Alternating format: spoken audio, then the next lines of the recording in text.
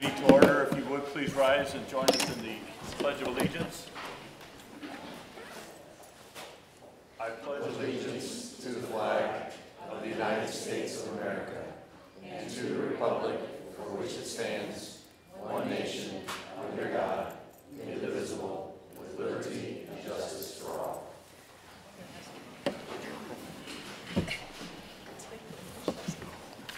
Thank you all for being here this evening. At this time, I need a motion to approve tonight's agenda. Or second. Second. Been moved and seconded. Any discussion? All right. Please, all those in favor, please signify by saying yes. Yes. Yes. Opposed, no. Ms. Beto, it passes. I need a motion to approve the Board of Education meeting minutes for January the 8th, 2015. So moved.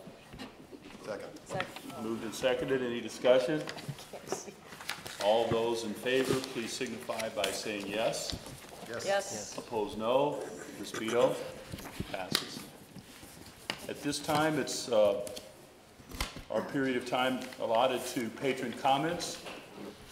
During patron comments, any citizen of the Rockwood School District may make a statement or address the board concerning issues pertaining to the Rockwood School District. Each speaker will be limited to 3 minutes. We ask that as much as possible we're not repetitive in those comments, and we will stick to the 3 minute. We do have several this evening, and I'm going to call you up as the cards were presented to me. I apologize if I mispronounce any names. Is it David Bone and Rick Cantor?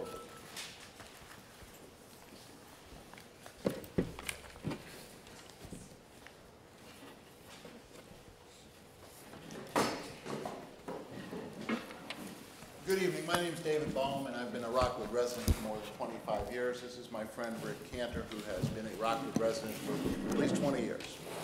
And last May, Rick's daughter, Avery Cantor, who was a student at Lafayette High School, committed suicide. And as a result of that, Rick has turned his grief into really positive action and has helped create Avery's Angels Foundation. Avery's Angels Foundation is dedicated to reducing teen suicide through education. We are currently working with Senator Jill Shoup, who has been a friend of mine for many years, and to introduce legislation at the state level that will make it easier for teachers to obtain education concerning suicide prevention and concerning the resources that are available to help teens who are in trouble. And so we just wanted to take this opportunity to introduce Avery's Angels Foundation to the board, to the district. We're here to help the board in any way we can to reduce teen suicide. We mentioned to Dr. Nost earlier that in the state of Tennessee they have been successful in reducing the teen suicide rate by 28% through education and through making resources available to the schools. The other thing that Avery's Angels Foundation is doing, we have established what will be an annual scholarship for Lafayette students who are involved in suicide prevention or in efforts to reduce bullying, because bullying often leads to suicide. And so this will be the first year that that scholarship will be available. And, so again, we're here to help the district in any way we can to reduce suicide. Thank you very much. Thank you. I got a look from Ms. Cranston. Thank you very much for coming up. I forgot to announce that it's the policy of the board that we really don't respond at this time. If someone brings up an issue or if the issue merits a response from the district, you should receive one in a timely manner. I apologize for not saying that before they got started. Ms. Cranston, thank you for reminding me. Bill? Sir. But in a nutshell, we're here to help and do everything we can.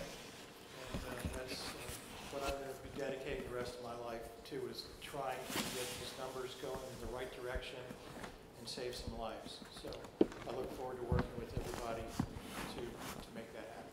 So, Thank you. Thank you very much. Very much. Thank you. Appreciate it. At this time, Mr. Harry LeMay.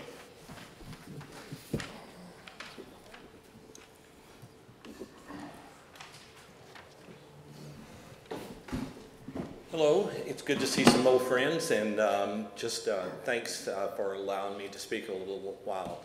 I am a long-term resident of West County and Wildwood and Rockwood, and currently retired. I'm on the board of directors at Circle of Concern. I wanted to make a presentation tonight just to let everyone know how great Lafayette and Eureka High Schools were in their food drives. Over 60,000 food items were donated to Circle of Concern from the two high schools. Just a phenomenal effort. And if you've ever have a chance to go to Circle of Concern and look around and tour and things, you'll see some of the work that is done there. And we could not do it without our community partners. But at the top of the list of our community partners, I want to say Lafayette and Eureka, you're it. At the same time, we will issue a challenge with all of the food that just came in. If any of the other schools want to work with us on a more targeted basis, and I'm talking somewhere around May, we will be low on peanut butter, jelly, different type things. We definitely could use the help. So again, thanks for allowing me to speak, and we just wanted to go on public record to let everyone know how much the board, the staff, and the clients of Circle of Concern appreciate what Rockwood does. Thank you very much. Can I ask a clarifying question? Where are you located? Excuse me, we have a question. Just a clarifying question. Where are you located? Tally Park, and Circle of Concern covers every resident that meets income requirements that lives in Rockwood, Parkway, or Valley Park School District. So that's our geography of coverage, huge geography. And we serve about 28,000, if you want to call it, people per year that get food there. Thanks. Thank you. At this time, Ms. Lisa Nieder. I hope I pronounced that correctly. You did. I'm on a roll.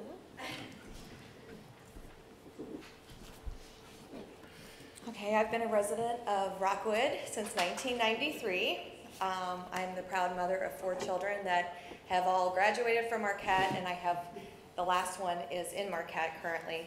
I just want to say I know that you're contemplating a bond issue for capital improvement projects, one of those being turf and stadium improvements at Marquette.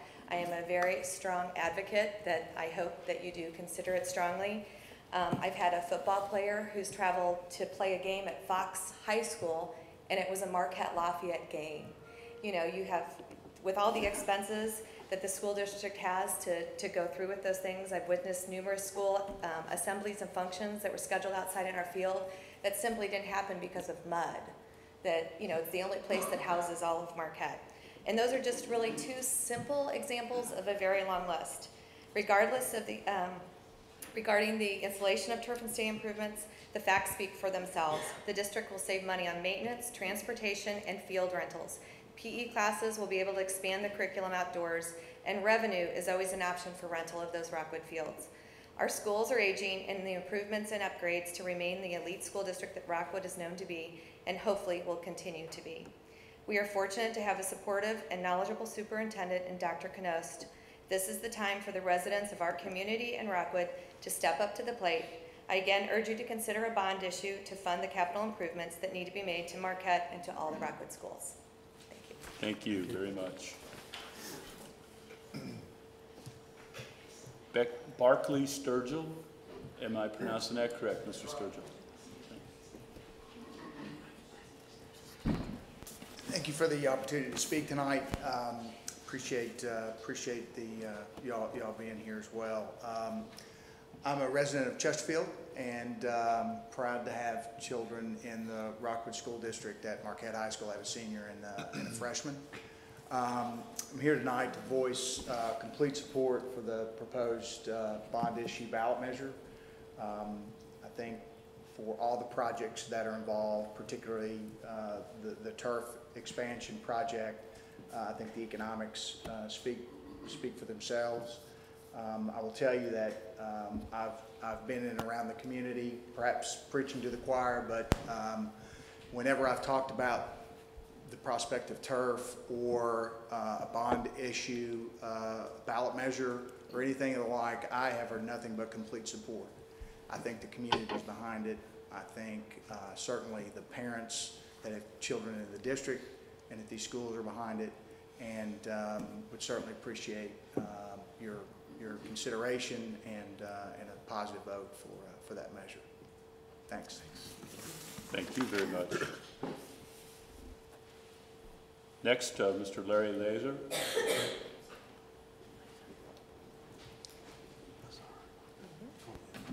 Hi, everyone. Name is Larry Lazar. Lazar, I knew I messed that up when I saw the. I'm sure you'll be hearing more. And I knew I've spoken to you before, so I knew I messed that up. Just want to say thank you for doing your job as board, and thank Rockwood. I'm a new candidate for the one-year Board of Education term, and I think Rockwood Schools is fantastic. My kids started back, my oldest kid started back in 1998, and I have two kids that are graduates of Eureka High. They're both now in college and doing great, and I attribute a lot of that to Rockwood, and I hope to help in any way I can in continuing Rockwood's effort and the proud tradition. So, thank you. Thank you. And I apologize, I knew better. All right, next we have the superintendent and board comments. We'll start with Dr. Knowles. Thank you very much. I think I'll start with just an update on information about the board candidate filings, just to kind of play off of Mr. Lazar's introduction. Just to be really clear, because this is a little bit confusing how this all played out for folks that don't always dabble in school board filings and how that all works. But we had 4 Rockwood citizens that filed their candidacy for 3 positions on the Rockwood Board of Education. The election, as we know, is April 7th, 2015. There's an interim 1-year term. Now, Mr. Castle, Director Castle, is currently in a position vacated by Mr. Morrell. And that process was an interview process that the board ultimately selected Mr. Castle to complete the first year of Mr. Morrell's remaining 2-year term. So he's intact in that position for the remainder of this year. After that, for that additional year, so it stays in sync the way it's supposed to be, it's all magical, then there has to be an election for that 1-year term. So we had the 1-year term that needed to be, an election needed to be held for, and then we had the positions of President Brown and Director Rogers that will be concluding, and they are not running. So we have 3 positions total. And when filing, candidates have to specify if they're filing for the 3-year term or the 1-year term. So for the 2 3-year terms, we basically had 2 people file, and that is Director Castle filed for the 3-year term, and Mrs. Jamie Bays filed for a 3-year term.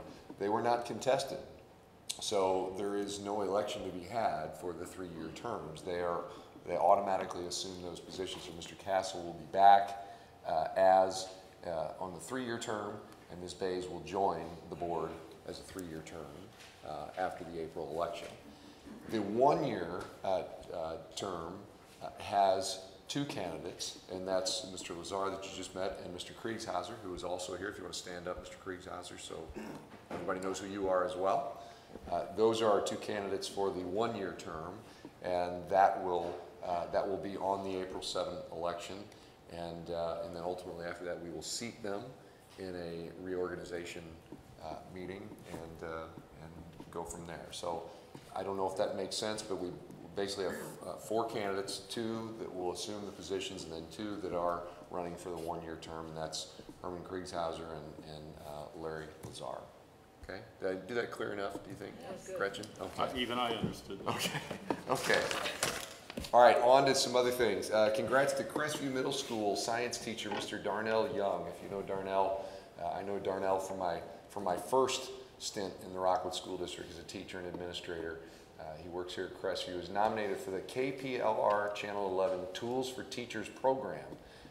Darnell will receive $500 for his classroom, and he will be featured on News 11 at noon on January 30th for his work in the classroom. Congratulations to Mr. Darnell Young. Marquette Lucy Zhu, who you might remember from Google for Doodle fame, just won the Rockwood STEM design contest. Lucy's logo incorporates all elements of science, technology, engineering, and math, known as STEM, and it will be featured on the Rockwood website. Congrats to Lucy. Ridge Meadows second grade teacher Stephen Brim has been selected as one of only 20 teacher advisors nationwide to speak at a national conference on technology in the classroom. Through grants and the love of technology, Mr. Brim has created a unique classroom experience for his students. Congrats to Stephen Brim. Congratulations to Marquette Junior, is it Shuhan? Am I saying that right? Shuhan, I think that's correct.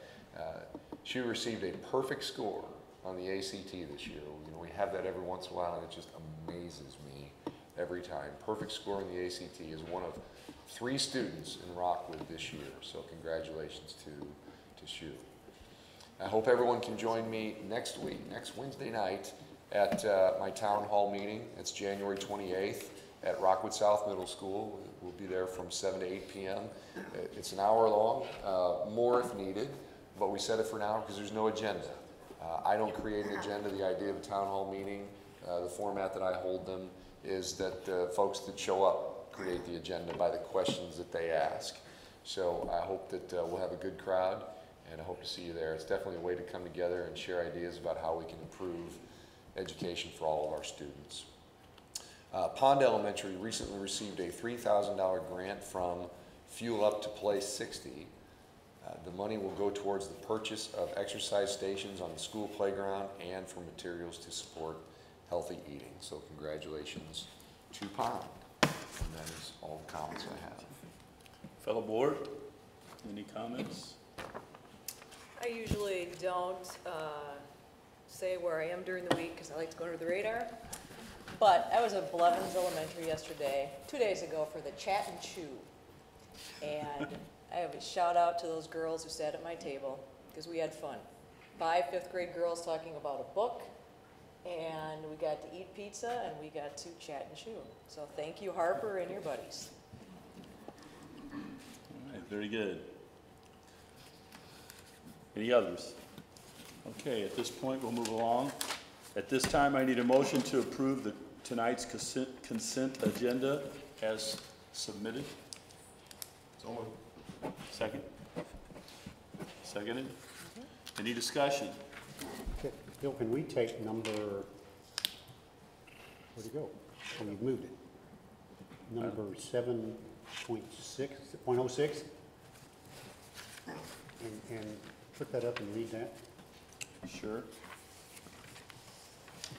Are you wanting to read it, or do you? I can.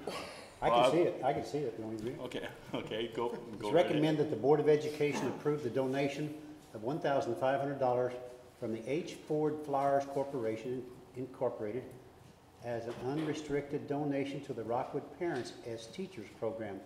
The donation will be utilized to support home visits completed by parent educators. We get these every once in a while, and sometimes we sort of gloss over them. I think anytime those come up, maybe we need to stop and make sure we thank them. I know you do with letters, et cetera, and so forth. Well, those are really nice. That's sure to thank H. Ford Flowers Corporation. Where's that? Anybody know where that's located? That's very good. Know where it's located? No, never heard of it. I don't. Do you know where they're located? I do not. Well, sometimes the reason those are in consent agenda, and sometimes the reason that we don't say much is because sometimes people ask to remain anonymous. But in this case, they did not, and I think you're very appropriate, Dr. Kinder, in bringing that up, and they do deserve a lot of credit for doing that. I'll research and let you know next board meeting who they are. Everyone that would like to come back, and we'll solve that riddle of that. All right? Any others? Any other comments or? Okay, so we have a motion and a second to approve tonight's agenda. All those in favor, please signify by saying yes. Yes. Yes. Opposed, no. Ms. Vito? Passes. Okay, next on our agenda is the proclamation School Board of Education Recognition Week. Dr. Knost and Ms. Cranston, it says, but Dr. Knost, if you're... Absolutely. I've got a little something I want to read here. Missourians benefit every day from the dedicated energies and countless hours devoted by a group of more than 3,600 men and women from communities across the state. These public servants are elected by local constituents and do not receive compensation, contrary to popular belief, by the way. We get calls occasionally where people want to know how much board members make. They make nothing. They are truly local school board members and servants of our Missouri public schools, and we're here to talk about our proclamation to honor them during the week of January 25th through January 31st. And that's when communities across the state will honor their dedicated service, the dedicated service of their local boards of education during School Board Recognition Week, as proclaimed by Governor Jay Nixon. The goal is to build awareness and understanding of the important function an elected Board of Education plays in communities and schools. All Missouri citizens are asked to recognize the important contributions of these men and women and focus attention on the vital role these public officials play in the education of Missouri's children. Just to add a little bit to that, because obviously, technically I'm the only employee of the Board of Education. The superintendent's the only employee of the Board of Education. It's important to, as a superintendent, to really understand that process of how a group of elected officials work to govern over a district. And I think sometimes it's misunderstood. Sometimes people expect that you have a board that are all like-minded and don't disagree with each other and have absolutely a perfect scenario in every conversation, and that's not the way it works. Board members, it's the reason there's 7 of them. It takes 4 to have a quorum, and they all represent constituents, and they bring their views to the table, and you have discussions. And I'm just extremely pleased to work for this board. I remind them of that often, and I for one, of course they're my boss, but it behooves me to say this, but I'm genuine. They are truly a good group of people, and Rockwood's blessed to have them.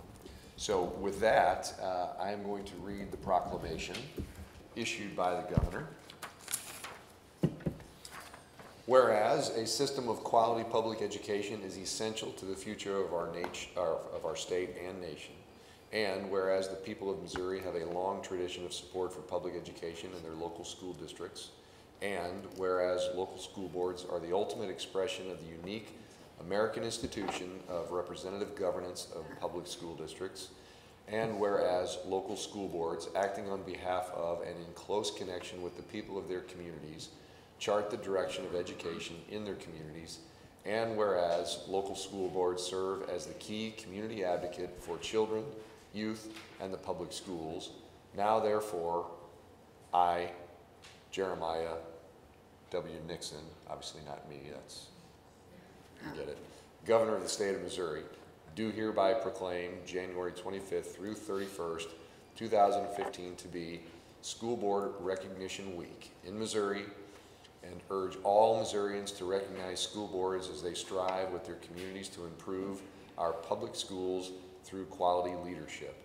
In testimony whereof, I have hereunto set my hand and caused to be affixed the great seal of the state of Missouri and the city of Jefferson this 20th day of January 2015.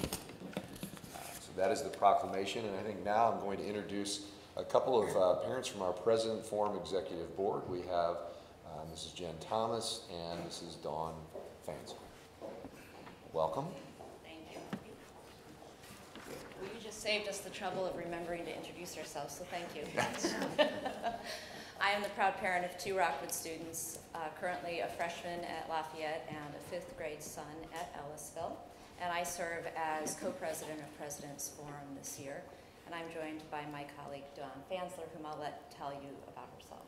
I'm Dawn Fansler from the Fenton Quadrant. I have 3 sons, and 1 at Summit, 1 at South, and 1 at Bolts. And I'm also on the President's Forum as the treasurer and serve as the co-president at Rockwood South and was the past president at Bolts. Clearly an overachiever has joined me.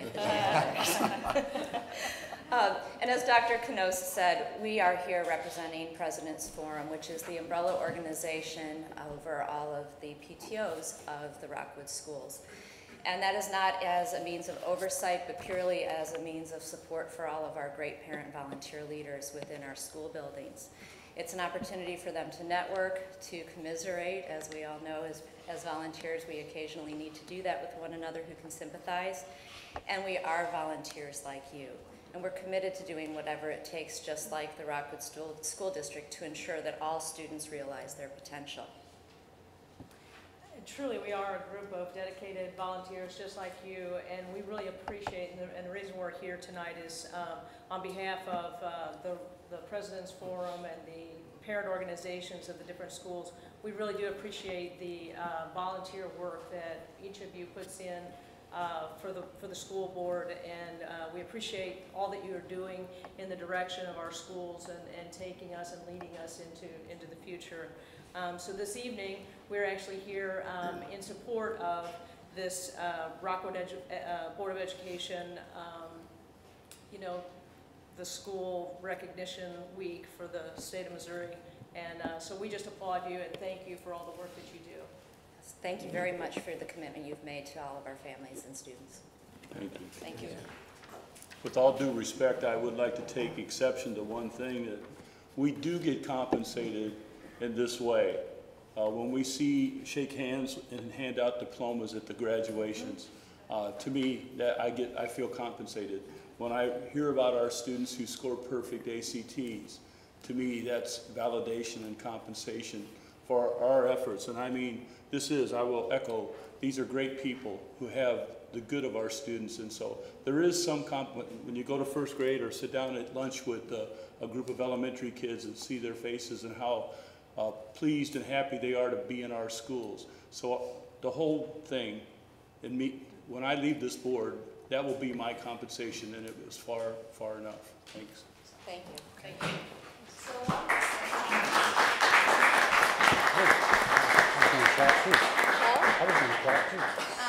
You've heard from Dr. Knost as he's spoken about as your one employee, but on behalf of all of his employees, you've heard from some parents who are representing our parent community. And now each of you is going to receive a little bag that has all sorts of things from students who have written down their thoughts or drawn pictures to express their gratitude. And then we have a certificate from the Missouri School Board Association to present to each of you. So as I call your name, would you please come forward? Dr. Knost will present you with these, and we want you to remain over here where Mrs. Borda is going to take your picture, which I know you love. So, Bill Brown.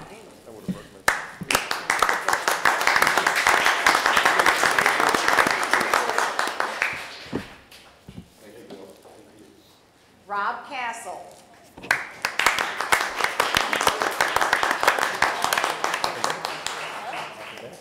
Yes. Who's next? Matt Dole.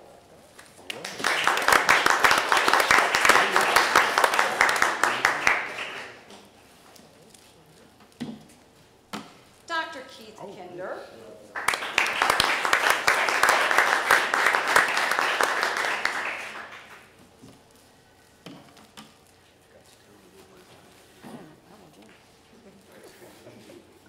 Lorley Mondel.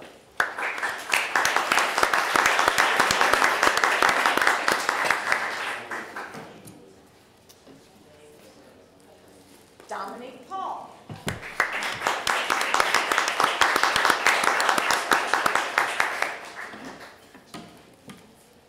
And Sherry Rogers.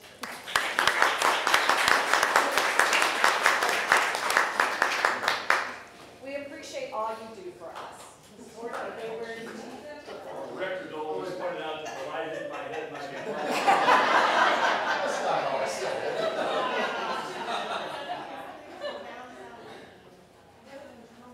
Don't go out of the light.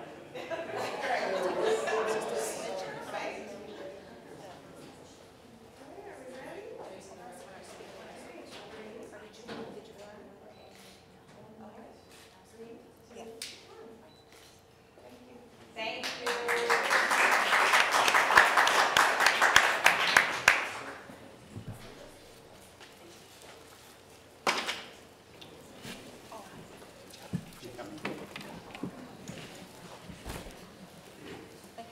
Ms. Cranston, I have a quick question about these packets.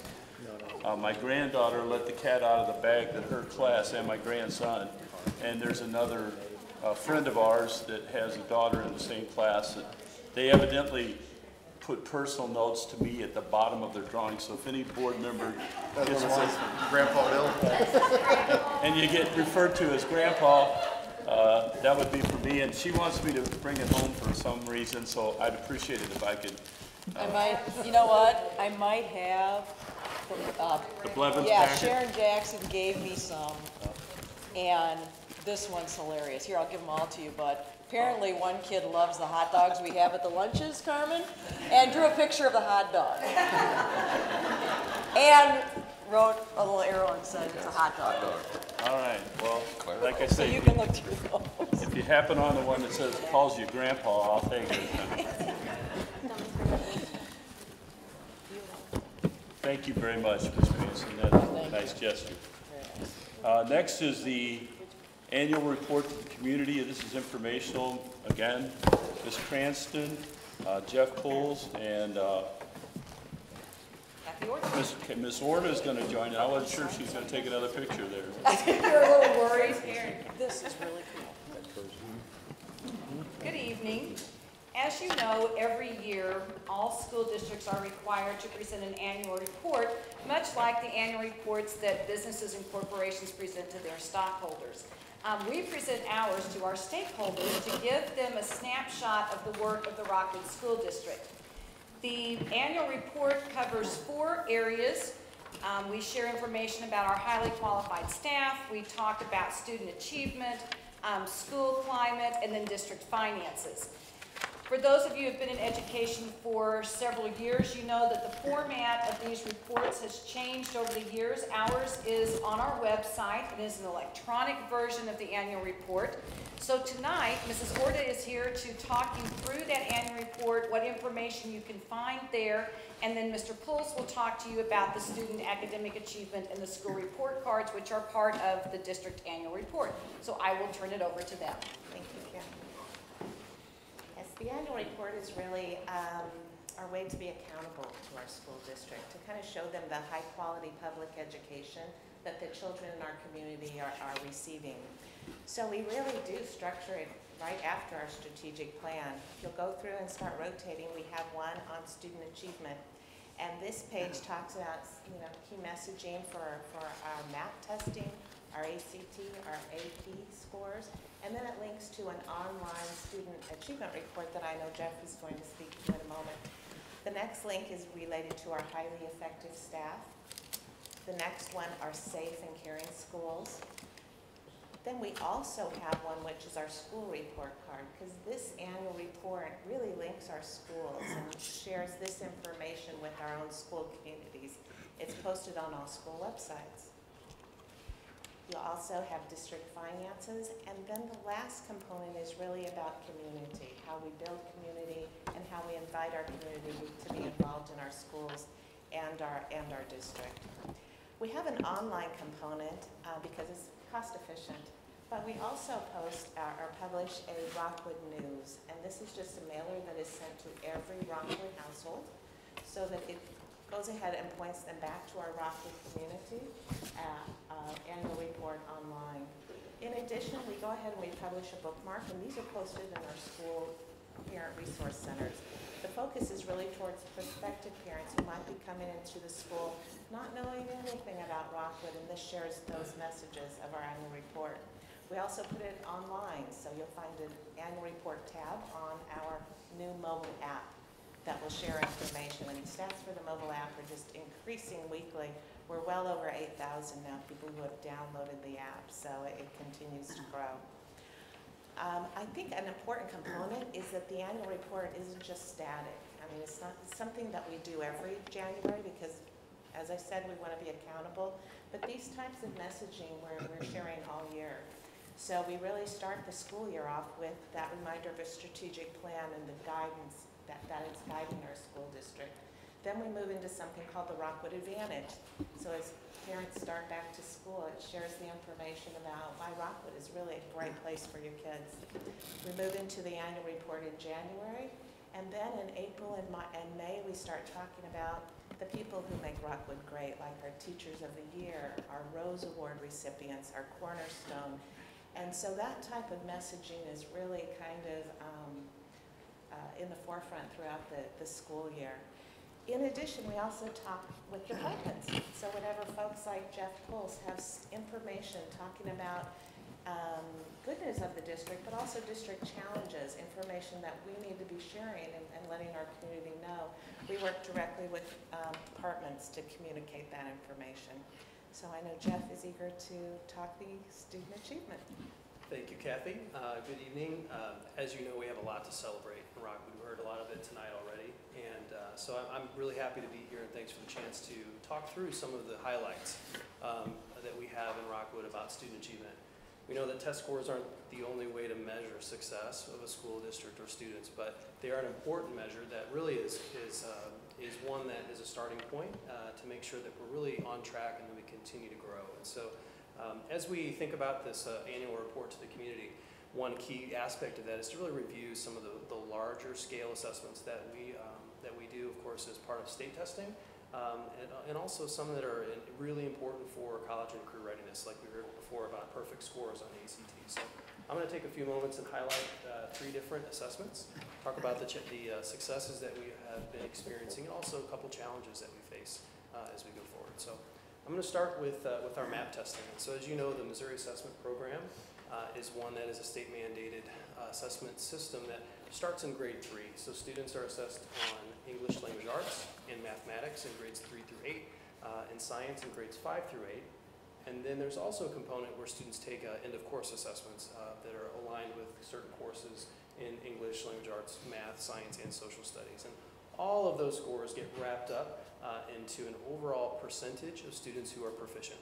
And so what we're looking at here on this page, and this is part of, again, the student achievement area of the district website, it highlights some of the successes that we've had, of course, over the last few years in both English language arts and mathematics. The percentages that you see here are the percentage of students that are proficient on these assessments. And so in 2013-14, you'll notice that we had 72.9% of our students that were assessed in that MAP test as proficient, and in math, 73.7%. We also put Missouri there just as a frame of reference, but what we really want to see, of course, is continued growth and continued movement forward. In communication arts, for example, last year we didn't see a growth in that area. The state of Missouri actually had a decline as well in communication arts, but we had some successes within there too. As an example, our high school students continue to excel on the end of course assessment. So we might see some fluctuations from year to year, but overall, very, very high success rate. What you're seeing in math is actually an all-time high for Rockwood.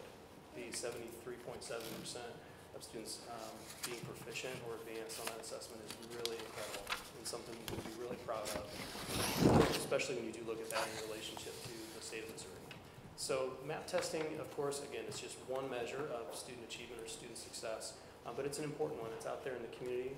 It's a statewide process, and so all school districts are held accountable for those assessments. Now, what we're looking at here is really the overall achievement, all students put together. But when you break that out and you look at students that are part of what the state calls the super subgroup, and I know if you were serving on the board last year, you heard a little bit about this group, and you probably know a little bit from the annual performance report that the state of Missouri releases every year. But these are students who, as a state, are typically underperforming, and students that fall into this category of super subgroup are ones that we want to pay really close attention to. It's very much ingrained in our CSIP. We have quite a few items in there that look at this super subgroup achievement, and we want to make sure that all of our students are succeeding at high levels. And so if you want to go to that next page, Deb, this particular screen is showing us a gap between our total population. If you look at the numbers that go on the top of each of these graphs, those are the ones we just looked at. That's the overall population percentage. But then the other number that's on here for super subgroup, that's the overall percentage of proficient students that fall into that category. And so you can see that the achievement's not the same. And that's something that as a school district, we really pay close attention to, that we want to reduce that gap. We want all of our students to succeed. Now there's encouraging news, because as a gap is here in 2014, we see a decrease in the size of that gap in our communication arts. If you look down a little bit lower in our math population, our math assessment, we see that the gap actually got slightly larger than the year before. But if you look at the overall achievement in both categories, they both went up. Our super subgroup went up and the total population went up. So this is something that we pay a lot of attention to as a district, and that we believe we have work to do. And so while there's good news, we also have things to concentrate on and to focus on for our students. So that's the mapped component. That's the state assessment component. The next two areas are ones that are going to highlight more of the college and career readiness aspect of our student performance. So this page is about ACT.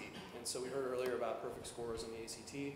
We continue to have excellent success. Our students have a lot to be proud of. They're working very, very hard to be successful and to set themselves up for good things after they graduate. And so one of those ways is by performing really well on the ACT assessment. The board may recall that in Rockwood, we've been assessing every 11th grader on the ACT for a number of years now. And so that has not been a statewide practice. In fact, we're one of few districts that have been doing that. Now, starting this year in 2014-15, the state, there will be a statewide assessment for all 11th grade students. And so you may hear things in the news about the ACT score of the state going down, which I think you can understand will happen when all students are assessed across the state. They call it a census administration, because that's truly what it is. Rockwood's been doing a census administration, so we're very proud of our students to continue to work very hard and to be successful. The two scores that we're highlighting here are the composite score, which is just the kind of the average of all the subtests that go together. The maximum score a student can get is a 36, and that's what we heard earlier from our Marquette student who had got a perfect score. And then down below is the ACT College Readiness Benchmarks. And this one's, not to bore you, this one's a really particular interest, I think, for our students who are assessing each one of those subtests. There's a reading, English, math, and science. Each one of those, there's a threshold that, by doing some empirical research with colleges and universities, there's this threshold that if students can get past that threshold, then they have a very, very good likelihood of succeeding in that entry-level freshman and college course. And so we want our students to be above that threshold in as many of those areas as possible, ideally all four. And that's what this particular graph is showing us, the percentage of students who are achieving that benchmark in all four of those areas. And so if you look, Rockwood's, it's not 100%. We have a 45% of our students are achieving all of those. Now, in relation to Missouri or the nation, obviously it's much better, but we have work to do, and that's another area, another challenge, is to help our students get past that threshold of college and career readiness in each one of those subtests. So our last area that we're going to focus on tonight is on our Advanced Placement Program, AP. And again, Rockwood has a lot to be proud of. We continue to increase the numbers of students who are participating in the AP program, and at the same time continue extremely high levels of achievement. And those two things don't always go together in every district. More students participating can be very desirable, but at the same time, by having more students participate, the success rate, the high scores sometimes don't follow. And in Rockwood, that's exactly what we are seeing. We are seeing high levels of achievement and increased levels of participation across our schools. The 27% down in the second graph there, it's the percentage of students that are enrolled in high school that are taking at least one AP course. In many cases, our students are taking multiple AP courses. Last year alone, I think we had in Rockwood over 4,000 individual AP assessments were given. So that means that if you think about all of our high school population, that we had many that did doubles and triples and participated in these possible assessments. So again, a lot to be proud of, and continued movement forward in each of these areas, especially with the participation rate. And I think that last year, you may recall that Rockwood had earned kind of a special distinction from the College Board about not only increasing the numbers of students that are participating, but also in increasing levels of achievement. So that's something that we continue to strive for each year. So there are more, obviously, that we could look at, but these are the three that really are the ones that highlight both the successes in Rockwood and also the continued and ongoing work that our teachers and our students and our staff have ahead of us to continue to improve. And that's all I had on that, unless there's any questions. Any questions from the board or comments? Yep. Can you go back one slide? The ACT college readiness, people are concerned from time to time, only 44%, 45%. But that represents passing all 4 of the subcategories. Do you have any statistics on what percentage pass 3 or 2 or 1? I do have those. I don't have them with me, so that's something I can definitely get to you. It's much higher, I'm sure. It's much higher. That's the trick on anything like this, where you set that threshold for all of the possibilities. You might get students who are very, very close that have reached the three of the 4 and are maybe 1 point away. So those are always are there to consider, but you're absolutely right that it's much higher. Do those benchmarks change from year to year, or is it the same? They do re-level them periodically. So the way that those benchmarks are determined is with the help of colleges and universities. So they do, the ACT company works with those universities to say, what are those benchmarks, what are those requirements that you have in these entry-level courses, so that when they look at scores on the ACT, they can empirically derive kind of that cut point. And it does shift from time to time. I think the most recent shift was about a year ago. And before that, it had been 5 or 6 years since those had changed. So they're fairly constant, but they do change over time. Good. Thanks, Jeff. Another thing I'd like to point out there is in Missouri, and also lifelong, I'm proud of the fact that we're above national averages on all of those as well. So just as a state, we do better. Absolutely. True. That's the concern, though, for this next year, Right. for the state. When there's a census administration, that there's a high expectation of overall decline on those ACT scores. But again, if you listen to folks from the state talk about that they're really looking at this as a great opportunity for students to participate in something that they may not have been able to before, to open up some doors. And that's been Rockwood's belief, and now we see the state of Missouri is right alongside us with that. Did the Rockwood scores go down the first year that they did? Yep, they sure did. There's always that period of adjustment when that first happens, and so it's kind of difficult to speculate what might happen at the state level. But for district levels, they often say anywhere between 0.7 and 1.0 or so decline in the overall composite score. And Rockwood fell within that first year, and now it's trying to ratchet back up to those previous levels with all students. Good point, Mr. Castle. Any other comments? Thank you both. I appreciate it. Can you just go back, though, to the beginning of that whole thing? Because those videos are really cool. And I encourage people, can we look at the first one? Thank you. It makes you feel good. It's like the,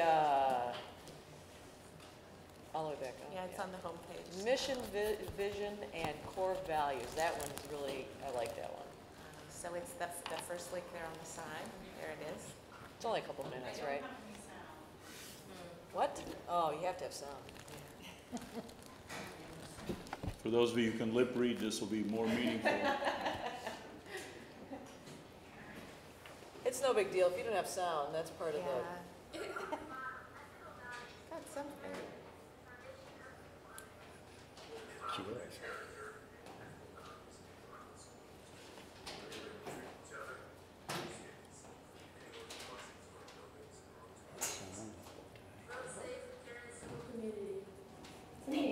and caring school community is a place where caring schools come together.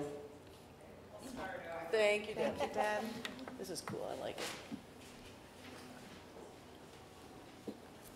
Promote and model ethical values and good character as the foundation of performance.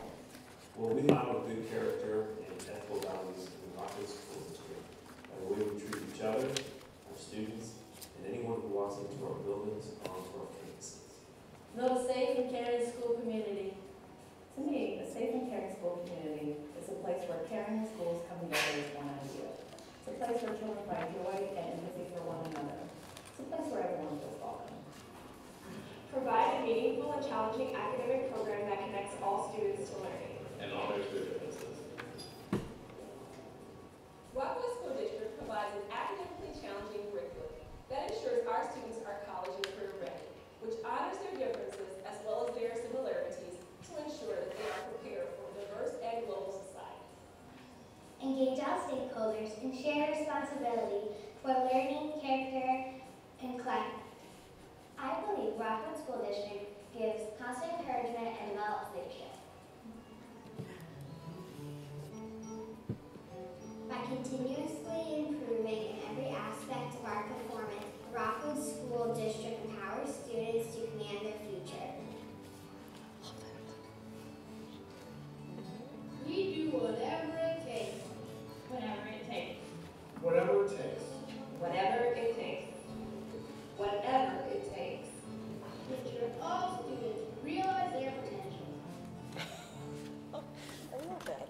Thank you. Ms. Kettering, special thanks to you for hooking up the sound so quick. Yeah, on the Great fly. job. On the fly, then, that's, And I appreciate you pointing that out. I would be remiss if I did not point out that there is a tremendous group in the communications department who spends, I don't know how many hours working on this annual report, and it takes Carl and Kathy and Curtis and Amber and Vicki and Jay and David lots of time to put all this together, and it really is an outstanding presentation. So I just want to thank them for their work to make this annual report the product that it is. if you get a chance, folks, it's well worth the visit. Thank you very much. Appreciate it.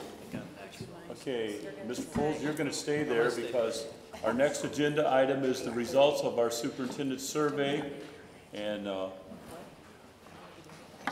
Knos, do you want to? Yeah, I'll just tee it up for Jeff. Get to hear more from him. It's Jeff's night. I'm big on surveys. I always have been. I think that it's good to take the pulse of people that work around you, people that work for you, people that work with you in the community, parents, even students. I plan to do exactly that in the future as well. But I'm also not a big fan of paying big dollars to have companies come in and spend a lot of our taxpayer dollars to assess things for us. So there's pros and cons of both ways, the difference between scientific data and just casually gathered data. But I still think the concept is valuable. So I did not want to bid this out to some company. So we created a survey in-house to get at the things that we wanted, that I wanted to hear about. And we had a lot of participation, and I'm going to stop there and let Jeff tell us about the survey, and you can ask him questions. Okay, thank you. Deb, why don't you go ahead and open up the summary, the first link there. All right, so as you know, the superintendent community survey went out to stakeholders in December and wrapped up on January 7th. Go ahead and advance. The actual design of the survey was a self-selected survey. So it wasn't a scientific sampling. It was folks who wanted to participate, and a variety of methods were used to distribute information about this survey. So the purpose was, as Dr. Knos talked about, to gather information about Rockwood's priorities and direction. We collected responses from December 17th through the 7th. Our audience was really the community, whether that was teachers and parents and community members and others. variety of methods were used to, and I'm sure some of you took this survey as well, the variety of methods were used to distribute this information out through websites, social media, and our communications department did a great job of getting the word out so we could get some participation with this. When we look at the survey as a whole, the questions really start to boil down into about 3 areas, and you're going to hear me talk about domains. So each of those domains have a variety of questions that really roll up into a single domain, and those domains are listed here. The first one is about leadership. It's also about it's leadership, but it's also about overall building relationships and performance of our leadership. And so you're going to see some summary information about that. The second domain is about the quality of education that we have in Rockwood. So that's going to be things about the value of education, the reputation of Rockwood, and it's going to give us some insight there. And the third domain is about resources, and this is going to be things about our facilities, or maybe the need to maintain our facilities. And so I'll go through each of these a little more detail in just a moment. But just to give you a sense of what you're going to see tonight, we're not going to go through each question. We're just going to talk about these domains and some of the themes that developed as we looked at these results. The questions were very similar to one another in the sense that they were all Likert scale questions. So they were going to be whether you agree with the statement or disagree with the statement, or they were going to be that you feel that you have an you agree with a statement. Let me back up. You can either agree or disagree, whether you're strongly agreeing or strongly disagreeing. And then some of these answers also had a Likert scale where we went from excellent, good, fair, and down to poor. And so we're going to go through each of these domains in a little bit more detail. So the first domain, a quick summary of who responded, which is our next slide. You're going to see that we had a very good response rate, I think. Over 2,000 of our community members responded to this survey. About 75% of them indicated that they have school-age kids, and of those, a good portion of those are Rockwood students. So when you do that math, it's about 2/3 of our respondents indicated that they have Rockwood students. And then a good group of that was also staff members, and so about half of our respondents were Rockwood employees. And then a couple more pieces of information here about demographics that people responded to. So let's go to the next one, Deb. So domain 1, leadership. A couple example questions that were in this domain are listed here about the effectiveness of our superintendent, or about the Board of Education making decisions in the best interest of students. So this was the style of question that would have been in here. And you can see the responses, excellent down to poor, or strongly agree down to strongly disagree. For the purposes of this, to try to give a high-level summary, what you're going to see here in these themes is the compression of the excellent and goods into one group and the fairs and poors into another group. And the same thing with the strongly agree into one group and the strongly disagree and disagree into another group, just to make that a little bit easier for us to gather some themes. So in this particular theme, it was very overwhelmingly positive that when 90% of our respondents responded in those top 2 categories for every question in this particular category when we roll them all together. So what we see here is a very skewed response in the sense that it's very, very positive in this particular domain. There were a total of 9 questions or 8 questions, I think, that made up this particular group. But when rolled together, 90% were in the affirmative or positive responses. Let's look at survey or domain number 2, which is about quality. And so in this one, we're talking about not only the quality, but also the value of education. Are we getting a good value for our children and our students in the district? A couple sample questions that you see here about the quality, or the second one I think is particularly interesting. Based on my experience with the Rockwood School District, I would recommend it to a friend moving to this area. So those are the kinds of things that make up this domain. Again, we see a very overwhelmingly positive response. 92% of our respondents responded in a favorable way to these questions. There were 9 questions in this particular domain, and again, we see a very positive outcome, a very positive trend. For domain number 3, which is the resources domain, this is going to include things about, like I mentioned before, about our facilities or the need to maintain our facilities. like providing students with up-to-date computers and other educational technology, is that a priority for us? Or is it something that we're doing really well at? It also has questions about keeping our facilities in good repair. So out of this, in this domain as well, on the number of questions that were rolled up, we see a very high percentage of students, again, or 85% of our respondents gave ratings in those top 2 categories. And so again, we see that positive theme develop. So of those 3 themes, or of those 3 domains, each one of them were very consistently high. All of these responses were the overall responses were very, very good and very, very positive. One question I wanted to pull out in particular, if we go to the next slide, was the very last question, and this is about the district's direction. And this one reads, the Rockwood School District is moving in the right direction. You can strongly agree or strongly disagree. And what we had was 93% of our, or 92.3% of our respondents responded in the affirmative. And so I think that speaks volumes for the responses that we received. This is very much what we saw throughout, and it was a very common theme throughout the entire survey. So that's it in a nutshell. Those are the big themes that developed, and I wanted to point out a few different questions along the way that would be samples of those that we saw throughout this process. Just to clarify, Jeff, that very last question was specific to that question, not a theme. That was the results of that specific question. Yes, that was a single question. It would really be. It was also, that particular one was also part of domain 1 when we looked at the overall leadership and direction that we're going. But I wanted to pull that one out specifically because that was the very last question on the survey, and I think it shows a very consistent message throughout. Any questions for Mr. Pools? These are really great answers. Can you go back to the first slide? I hate to keep having to do this, but that one right there. Scroll up just a little bit so you can see the lines. Okay, so if you look at that, you see 8 or 9 questions.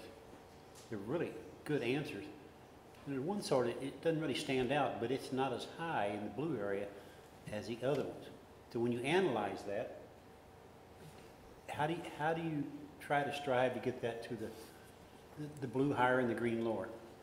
Have you worked out a system, or have you had time to look at that yet? Well, the blue line is just that the number of responses that were positive, and the green was the number that were lower, that were the bottom 2 responses. Right, that's what I'm saying. Right, so yeah, in this particular one, number 6, I think that one was. That particular question, I can read it just so we can see the question that was actually there. Well, we can tell you, it's about the school board. About the school board, okay. So, Did you know that? Is it? Yeah, it is. That was really Are you serious? It is. Brad Lovis is 90% of the people like us. Well, No, not in that particular category. They're about leadership in the district, about the superintendent and the way it's headed. I mean, it's still 75% positive. It just compared to the 90s, Yeah. it is lower. And I think I'd be that's something to teasing, take yeah. to heart. But that was specifically about the performance of the school. I think it's also, which is going to sound like I'm trying to make you feel better, that's a high number, but it's also consistent with the comment I made earlier tonight, that's the nature of boards, and you have constituents, and just like a board doesn't agree on everything, constituents taking a survey are going to be happy with the way some things go and not so much with the way other things go because of their own paradigms or their own mental models. So I think it would be very rare, in my experience, it's very rare that that's a high number for that question. And I think it's very rare that you see a situation where a specific question like that would just be through the roof. But some may analyze that is through the roof for a question like that. Apparently they don't know it's our week next week. Well, I'm probably the only member of the board that got a lot of 75% on tests. My parents never yelled too much about it. So, any other questions or comments from Mr. Pools? Quit laughing, Ms. Mondel. It's not supposed to be easy. Any others? All right. Well, thank you. Thanks, man. Thanks. Appreciate your work. That's a lot of effort. Yes. I have one question. Jeff, excuse me. We have a question. I think, was there a section for comments at the end? Was there anything specific that needed to be addressed, or no? No, this particular design did not have any open-ended questions. Okay. I guess just speaking, because we have the lowest score apparently, is there any way to kind of submit something like this, a form, you know, a survey specifically? Yeah, I would suggest, obviously we can consider that, but I want to warn you, I really like this way of data gathering. I think it's just a good tool, not to do once and done. I think it's good. I would like to assess something very similar at the end of the year. Really, you know, selfishly, a lot of that for my own benefit as a leader, to understand, you know, thoughts on direction and so on and so forth. And we'll make some more big decisions between now and then. So you want to know how that's faring with the public. But we could definitely consider at that time something specific that was in here that we want to further address, or that we want to leave an open-ended. Oh, no. I guess I didn't explain that. Not the open-ended end, but more, because this was more focused on the superintendent.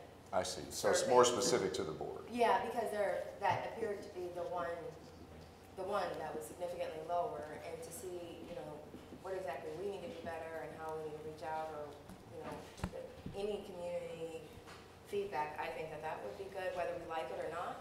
We should hear it. Probably be good to think about timing, because since we're about to reorganize the board, and you know, maybe we could focus on that. Maybe it was towards the end of the school year, or the very beginning of next school year. But it would be it's definitely something we can do. Wouldn't that take an open-ended questions though, to get at what you're wanting at? When it almost have to be open-ended questions to get what you're looking for? Well, this was it was like ABC. You know, it was just. Right. I think it could be this. What do you think? Well, I think Jeff's our expert. I mean, he whatever we tell him to design, he's capable of doing that. So if we wanted to just say, take that specific question about the board and maybe get input from you all, what do you want to hear? And he could design a number of questions, and that would become the domain, in essence. That's what I was going to suggest is, you know, anytime you're setting out to measure something, you need to very clearly identify what it is those themes are, what those domains are. So what are we don't get into the questions at first. We start with the bigger idea, and sometimes that's difficult because we want to get right into let's design a good question, and we need to think a little bit bigger first. And so that's typically how you would proceed with something like that.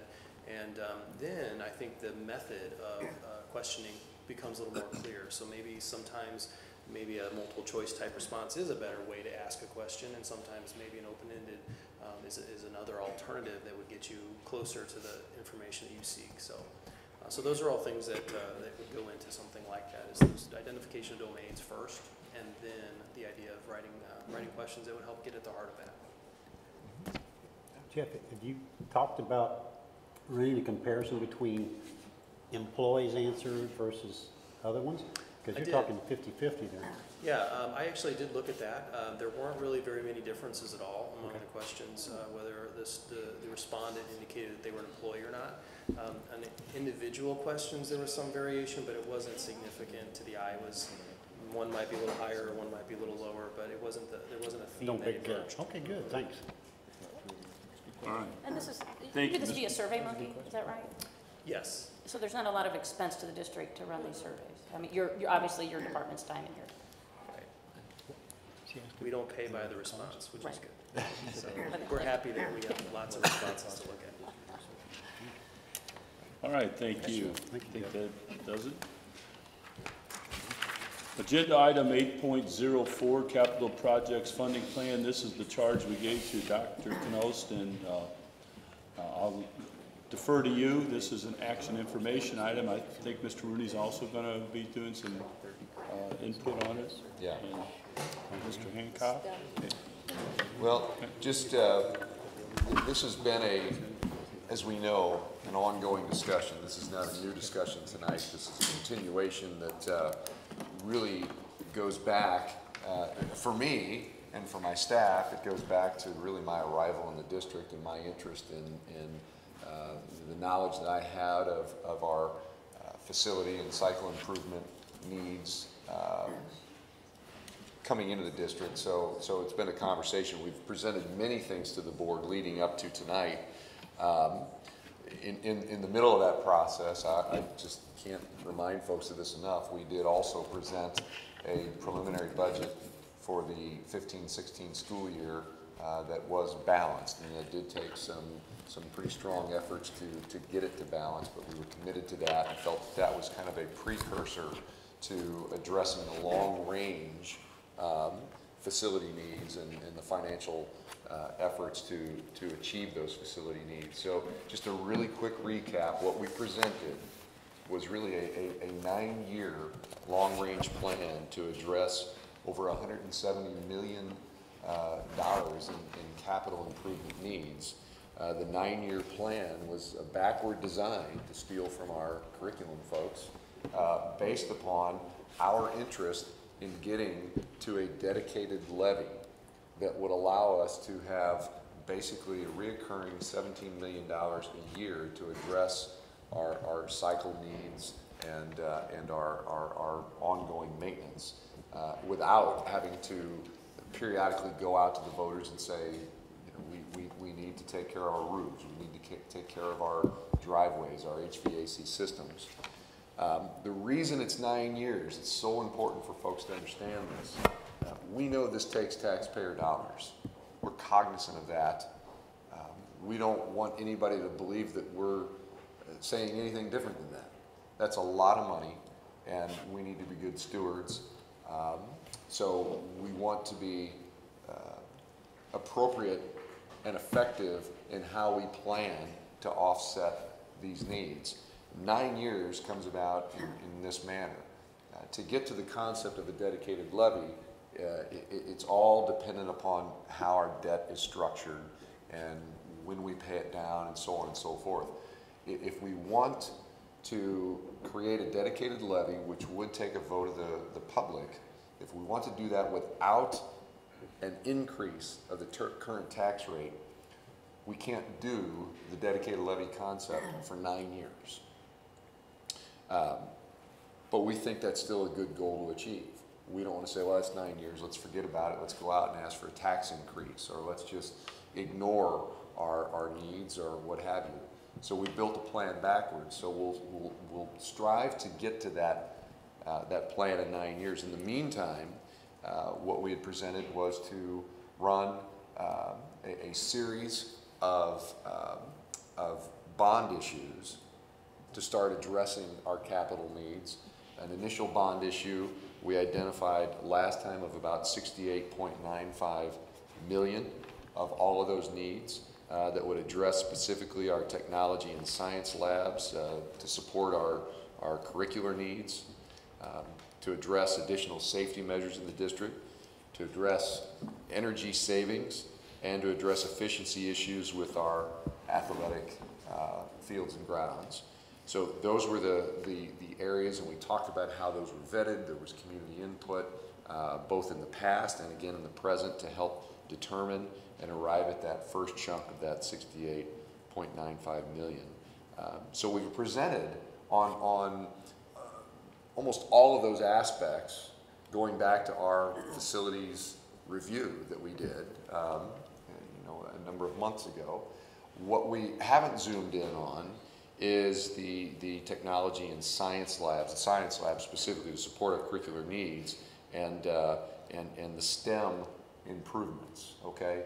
So tonight, that's why we have Glenn Hancock and Crystal McDowell here, and they're going to give you kind of an overview. They did a impressive and intensive study that originated with a report of about, I think, 47 PowerPoint slides, which you're not going to see tonight. 60. 60. Oh my goodness. Okay, yeah, they knew I'd have a heart attack with that, so they pared it down to 47. But they're going to give you the overarching view in lieu of time, but definitely it's going to be very complete in the information they have. So the first portion of the capital projects discussion tonight is to listen to their report and see what they have to say about this specific topic. Well, the logo on the screen is actually the same logo that you talked about, Lucy Zhu designed for us, showing the connections between science, technology, engineering, and math. And as we continue to, interact with our world, we start to see more connections with art, music, history, which kind of elevates us to the STEM plus, which you might be wondering, what's the plus in there in our logo for, and that's what it's there for, so they can start to see those natural connections. So as we want to STEMatize our curriculum by providing those opportunities, hands-on opportunities, we need to modify our facilities so we can provide those opportunities to get hands-on and to really work with the connections between science, technology, engineering, and mathematics. One of the sources that we reached out to was the National Science Teachers Association, and truly there has been so much progressive research in science education over the last couple of decades that facilities has been a part of that, because as our instruction changes, facilities has to meet that change as well. So as we consulted with NSTA, one of the quotations that really stood out to us and speaks to the message tonight is, curriculum must shape the science facilities, or thereafter the science facilities will shape the curriculum. We want to extend that to say that we want our teachers to shape our curriculum, and the evidence-based research that we've really poured into the work that we've done in our science program to guide our direction as we begin to write curriculum for science again. As we begin that process, we want to make sure that teachers are going to have the setting to where they're going to be able to realize the vision that they established in the committee that we had for moving forward with science in Rockwood. So we started by doing a needs assessment. We visited several schools that had, outside of our district to start with, that either did renovations or additions to meet changing curricular needs to incorporate more STEM-enriched activities for their students. Those school visits included Clayton High School, Whiteout Middle School, and MICDS. We also went around to all of our middle school and high schools around Rockwood to view the facilities to see where we're at in terms of providing innovative opportunities for them, and also just the facilities and the safety elements that are in them. We also surveyed all of our secondary science and project lead the way teachers and used that input to help guide some of our recommendations as we're moving forward. And as Crystal mentioned, we used the NSTA regional workshops to help us really get more information on how to use their thoughts and ideas to provide a great and productive opportunity for our facilities. So a big element as we start to enrich our curriculum with STEM is engineering. It's a new focus. It's maybe a little frightening to some, but it's a new area that we want to continue to improve on by giving our students opportunities for designing solutions to problems rather than just explaining facts. So as we continue to move forward, we want to make sure that we give opportunities to build, design, and our spaces are innovating. So we have facilities that match the desire for innovation of our students in there. And as Glenn's mentioning, trying to move forward with those innovations in our classrooms, one of the things in science that we are looking at is moving forward with what's called science and engineering practices. So we want to incorporate more STEM integration in all of our courses, but particularly in science, a huge shift right now, and the evidence that is out there is incorporating the science and engineering practices. So if we look at our current configuration, what we see in most situations in our schools is that we have separate lab facilities, or minimal facilities that are equipped with everything that might be needed for students to be able to attend to specific lab activities they would do. And then you also have the instructional spaces that are just the classrooms. So when our facilities were originally planned decades ago, in some cases in these schools, basically the trend then was students would have their instruction in the class, there would be teacher demonstration tables where they could actually do demonstrations in class, and then they would schedule to attend lab on a particular day of the week. Well, now that science education has changed to where we want students to be engaged continually in science investigations and STEM-related activities, this configuration is no longer meeting our needs, and it's beginning to very much limit our teachers in what they want to be able to do, because they're competing for that space that is equipped with all of the facility needs that they are required to have to be able to perform those investigations. So we want to move from this configuration to one that is going to allow for more engagement continually for our students. One of the other challenges that comes from this is the fact that because there's those limited spaces and those separate lab facilities, our teachers have to schedule well in advance to get those labs. We want to take advantage of teachable moments when they're happening in the classroom. science is always coming out with new ideas and new concepts. So if a teacher, hears about one of those concepts, discusses it with the students in the classroom, they want to be able to immediately engage them in applying that concept or idea from that discussion, making it meaningful for their students. If they're having to schedule a month in advance to set up for a lab, that's greatly limiting their ability to have those interactions and applications that's really going to benefit student learning.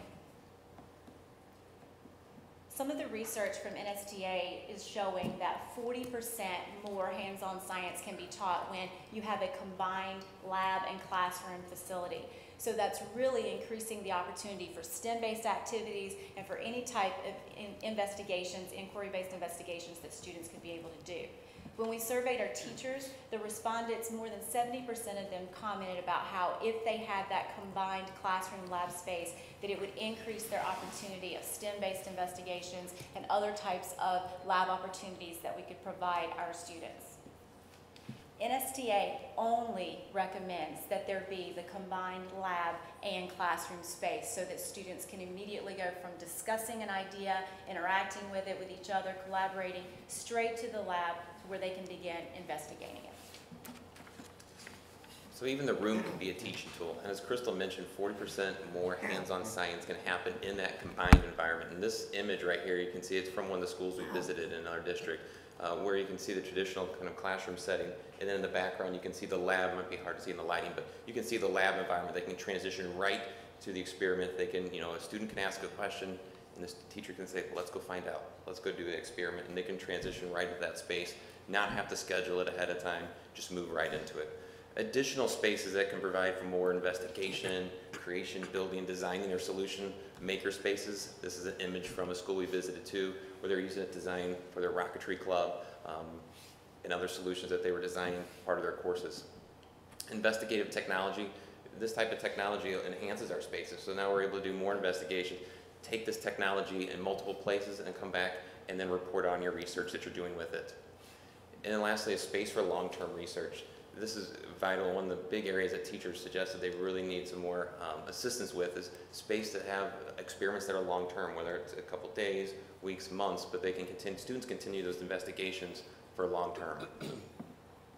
This image is from another school that we visited, and they have invested in that separate space so that students do have a place to be able to store those long-term projects, engage in those long-term projects. You can't see it in this image, but there is really space all along the back wall as well that wraps around that has additional equipment that they have access to.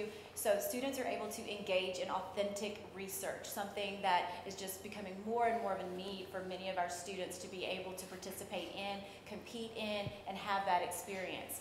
But some of our current courses require that students just don't complete a lab in one day, that they could take weeks or up to a month for them to track that data, collect that data, and it's really difficult for teachers to find space to house those experiments in our current configuration.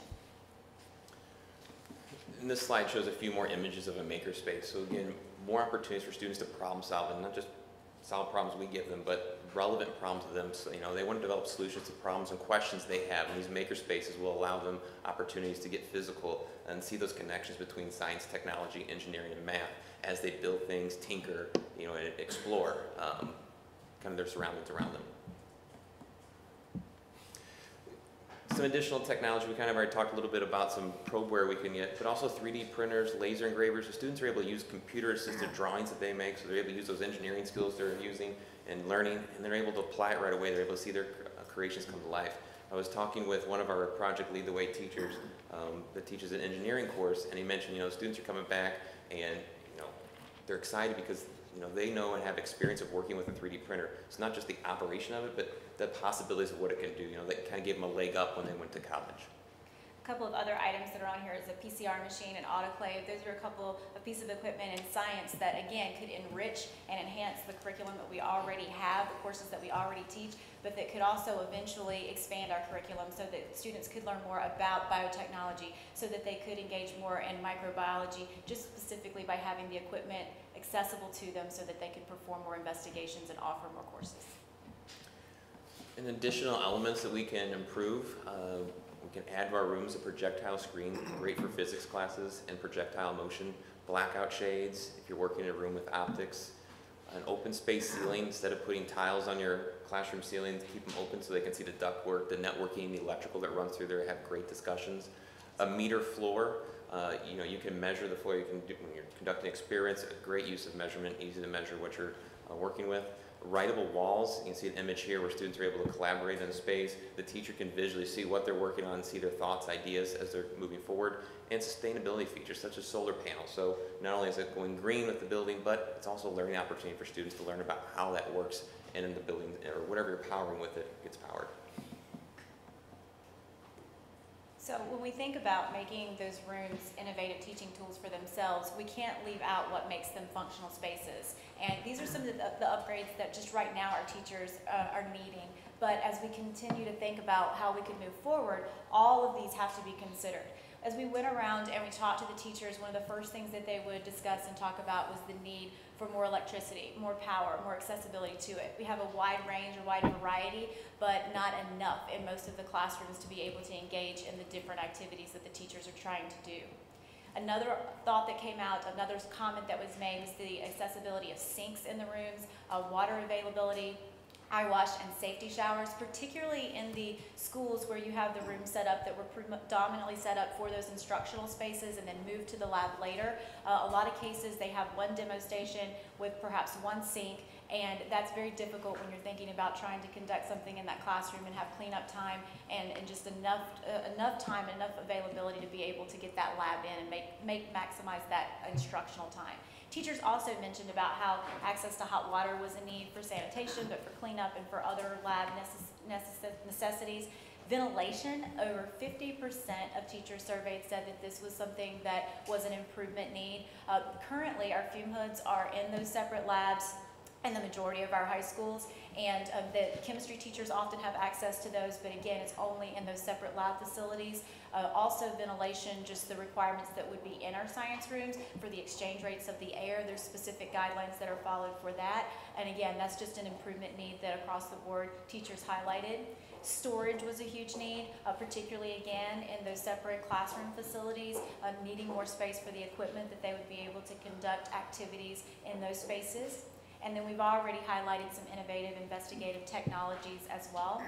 And Glenn also highlighted the sustainability. We want to encourage our students to be stewards of the environment. So as we consider, possibly moving forward with some of these changes, we would want to also consider being stewards of our environment and using that as a teaching tool as well.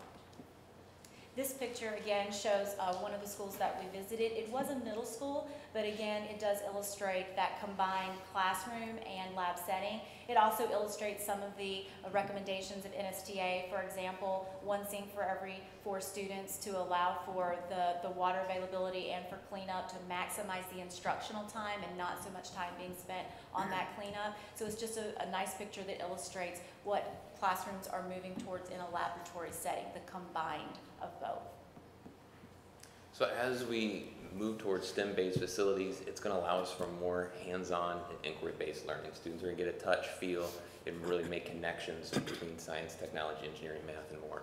It's going to allow teachers to take advantage of more teachable moments so that whenever they engage their students from the beginning, they're able to immediately progress them into investigating the topic that they're discussing. And we've talked about innovative technologies. It also allows for students to be innovative, to build their ideas, create their solutions to problems. Active engagement, the research shows that if students are actively engaged in science, that their achievement goes up. And that's all students. A lot of research right now is showing how the movements in science education are truly going to impact students' achievement in science. And that active engagement is going to be achieved through problem solving, through relevant problem solving to those students, those problems that mean something to them, whether in their community, in their life, in their family. They'll be able to solve problems and come up and create solutions to those. When you combine all those things together, the outcome that we all hope for our students is deeper understanding in what they're learning. And that's what they're able to reach when they have the opportunities that this type of instruction can supply. And then sharing. So sharing that information with others, moving forward, progressing, and that's where that collaboration piece comes in to kind of tie it all together. So in conclusion, we just want to just reiterate the fact that, you know, our recommendation is to have those appropriate facilities available for our teachers, for our students, so that they can engage in these STEM-related activities and be able to do it in an innovative and just safe learning environment overall. I want to add one point and then let you all ask questions of these folks. At the very beginning, Crystal talked about the concept of designing facilities based upon curricular needs. And I can't stress the importance of that, because you have to even back up further and talk about where do we determine our curricular needs. We're a district with very high expectations, very high teaching and learning expectations, but these are based on industry needs. STEM is not something we talked about 20 years ago when we designed some of these labs and taught in some of these labs. And the curricular needs of districts with high expectations, they try to wrap around and address those industry standards, those industry needs and requirements. That's what creates the curricular needs, followed by then the space. There's many school districts that go out and build very nice space, and they don't have the curriculum to match it. Yeah. You know, so we're kind of backwards here. We continue to advance our curriculum in a very respectful manner, but it outdates our teaching facilities. So that's why this is such an important piece. And one other thing, I'm sure we'll get to talk a little bit more about this, but what we're proposing right now is a focus heavily on our high school for this first leg of the bond issue effort would be to focus heavily on the high school end of things, and probably the next time around we would be focusing on the middle school end of things. I'll leave it at that. Very nice job. Any other questions? I'm sitting here trying to imagine, in the 3 high schools I've been in, how this comes about and how it's developed. Do you have any information yet about whether you would have to add space, or is it within the existing space? For example, I think all 3 high schools, they had a lab, then they had a classroom right next to it. Do you take the walls out and make it one big room, or have you gotten that far yet, I guess? I'm thinking about. We're doing some preliminary work with an architect just to kind of look at some preliminary designs, and we have some meetings with the building principals next Monday to go over a lot of this. But basically, they went through the same kind of presentation. They went out to Clayton to review what they had there, and in their preliminary designs, it looks like in the science area they may need to take maybe 3 to 4 classrooms that are used for other purposes now, and to be able to develop this. And it's not going to be to the same extent as Clayton. We'd be wanting to probably move in that direction, and we'll make substantial progress in that direction. But it'd be difficult for us to have all combination rooms, but we could move a lot closer to that, and then it'd be a matter of looking at the master schedule to see what you'd have to do then if those 4 classrooms are not available in the future. Then would you need to build additional space, or can you work within the remaining number of classrooms? Is this the classroom?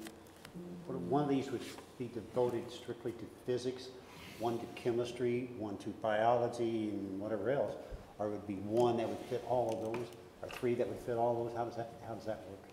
That was actually something that we were able to look at Clayton and actually in the research with NSTA, because basically the build of the room is really important as far as what's going to be done there, and that's just an efficiency method too as far as the construction. So physics rooms have kind of a different template than maybe your biology and chemistry rooms do. So there's a lot of overlap with biology and chemistry and some of the other courses that we make, so there's a lot of overlap between those courses, but physics would have some specific requirements that maybe those courses would not, the classrooms for those courses. But you were talking also about taking some classrooms to help make room for these. Would these be used strictly, if you have a biology lab, would that be strictly confined to biology classes, or if there's an hour where you don't have a biology class that goes in there, that it could be used as a regular classroom, or is that a no-no? I I think that especially given the fact that a lot of the other courses are life science based, that it would be utilized by a lot of different teachers and students that would be able to use that space. Again, there was a lot of overlap between the chemistry and the biology, which branches out into many of our courses. And then even the physics classrooms, you could potentially, if it was open, you could use them for other activities, because now our curriculum is moving towards the science and engineering practices, to where even in life science courses, you're going to be engaging in some of those activities that perhaps that other space would meet the needs of too. So, you would fit it to the classroom, but then there could be overlap, so those spaces are being used at all times. Yeah, the way it is now, if there's not a biology lab in there, you don't put a regular class in there because there's no seats, et cetera, and so forth. So that's a distinct advantage. I like the concept. And there are probably three types of classrooms. You kind of mentioned that, but you'd have the combo class, which I would assume as you're building your schedules, you'd probably try to load those up with science classes, and then you'd have those that with the lab in front, but then there'd be plenty of storage where all the items that they need would be in the classroom, and that would be the second level, and then the third level would be more of the lab with the classroom without all the storage. So maybe that classroom could you can schedule other classes in there because it's not as dedicated to the science area. Sure. Will you also look at other schools besides MICDS and Clayton, and not just in the St. Louis area, but wherever, that have developed this and take the best of the best, or however you want to word that? Okay, good. Thank you very much. This is such a cool concept, because although it may not seem like a big deal, but when I would take my chemistry classes down the hall, around the corner, I'd start my lecture and then I'd take them down the hall. Everybody took them 5-10 minutes to get situated, so by the time you actually had time to do an experiment or a lab, that just cut in, because then you had to, again, it doesn't sound like that big a deal, but this concept to be able to have these ongoing experiments, I mean, that is, I got out of teaching too soon. That is, between that and the smart boards, this is awesome stuff. You said phase 1 for the high schools. Can I maybe guess that maybe phase 2 would be to develop it into the middle schools and elementary? That was the purpose of my point. I was questioning this, in our cabinet meetings for some time, and simultaneously this study was developing. But the idea was that we assess all of our secondary labs, but we think that because we're approaching this long-range facility and funding plan the way we are in STEMs, or our legs, if you will, that it makes sense to address the majority of our high school needs this first time. And we do know this, we have engaged in discussion, that we think that the amount of money that we are dedicating to this is an appropriate amount of money to have significant impact on our high school needs. So we know that much, and we'll work obviously to fine tune what those will be going forward. But middle school's next time. And most of these labs have not been updated for how long? We've said this before, but... Yeah, ever. Since ever. Ever. And I know I was at Lafayette with him the other day, and John Shaughnessy took us through, because I wanted to see those labs, and out of 8 fume hoods, 4 worked, 5 worked. I mean, it was, so that right there cuts down on what kids can do. So those have to be replaced regardless of what. Well, that's a good point, and that was kind of implied within your presentation. But there are needs, there are safety standards that have changed. We have to address a good portion of some of these safety issues regardless. I mean, that's a must, because the safety standards are higher, and because things fall out of service, and so we have issues there we have to address regardless. So it makes sense to adjust it to our curricular needs. Ms. Paul? And then the phases, you're blocking it in 3-year increments, is that how? We'll talk a little more about that when we talk about the bullet point, but real quick, there's other things that will define the how soon, but at least a couple of years. Any others? Thank you very much for the presentation. Very, very informative. Thanks. All right. And Tim will, we've got a couple other bullet points under here. Tim will stay there. And I'm actually going to jump down in our, to our other section so we can bring Chris up. We just have some information about Energy Star and the fact that some of our existing buildings meet the criteria potentially for that, and the fact that what we are proposing through our facility improvements that more could reach you. So I want to let Chris talk a little bit about Energy Star and tell us that information. Yeah, we just wanted to quickly update you on a project that we've been engaged in with a vendor, Facility Solutions Group, which is an engineering firm that's helped us with a lot of our HVAC projects in the past. But in conjunction with the capital planning we've been doing, we underwent and started a project to see where our building's rated in the current Energy Star system. And just to give everybody a quick definition of what Energy Star is, Energy Star is a U.S. Environmental Protection Agency voluntary program that helps businesses and individuals save money and protect our climate through superior energy efficiency. So basically what it does is it compares your facility, your square footage, to facilities that have similar usage and square footage, and compare the energy usage between those facilities and rates them out so you can see kind of where you compare with other facilities similar to yours. And by doing this, we accomplished a few things. One is it gave us a baseline to see where our existing facilities were. And one of the things that we were pleased to see is we actually have 7 facilities right now that qualify for the Energy Star rating. And to do that, they have to qualify in the top 75 percentile of buildings similar to their size as well as energy usage. So that was good to see. The other thing is it validated some prior projects that we've done in the past. And 2 of the facilities that qualified recently for this award were Rockwood Valley Middle School and LaSalle Middle School. Both received heavy HVAC projects through the 2010 bond issue, where we upgraded the facilities significantly, the HVAC systems. And at the time, before the upgrades, they rated at about the 20 percentile in comparable facilities. And afterwards, now they're above the 75%, and they now currently qualify for the Energy Star. So that really validated to us what we've done in the past with our controls and our systems is working. We're definitely becoming more energy efficient. The third thing it did is it helped us, identify projects that are in the list, the capital planning list that we've been talking about for a while, to see where our greatest rate of return would be on investment. Taking that baseline score and seeing some of the HVAC projects, when we prioritize those out, really focusing on areas where we think we see the greatest return on investment.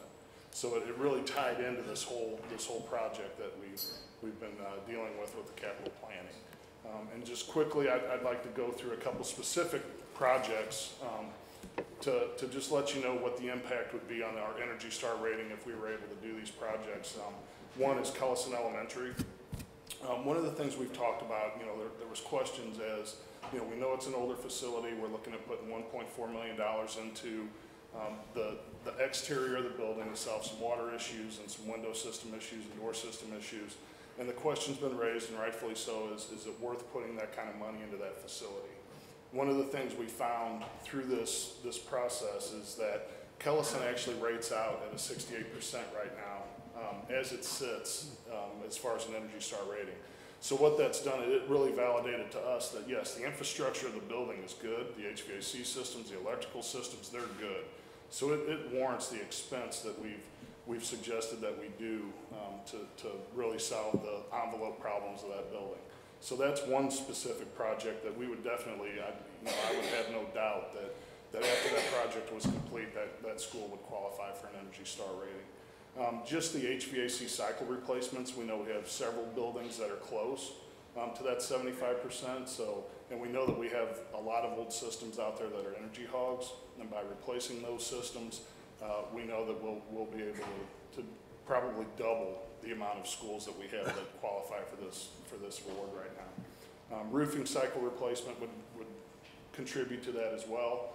And then the mechanical controls replacement at the high schools we've talked about by reducing peak demand usage.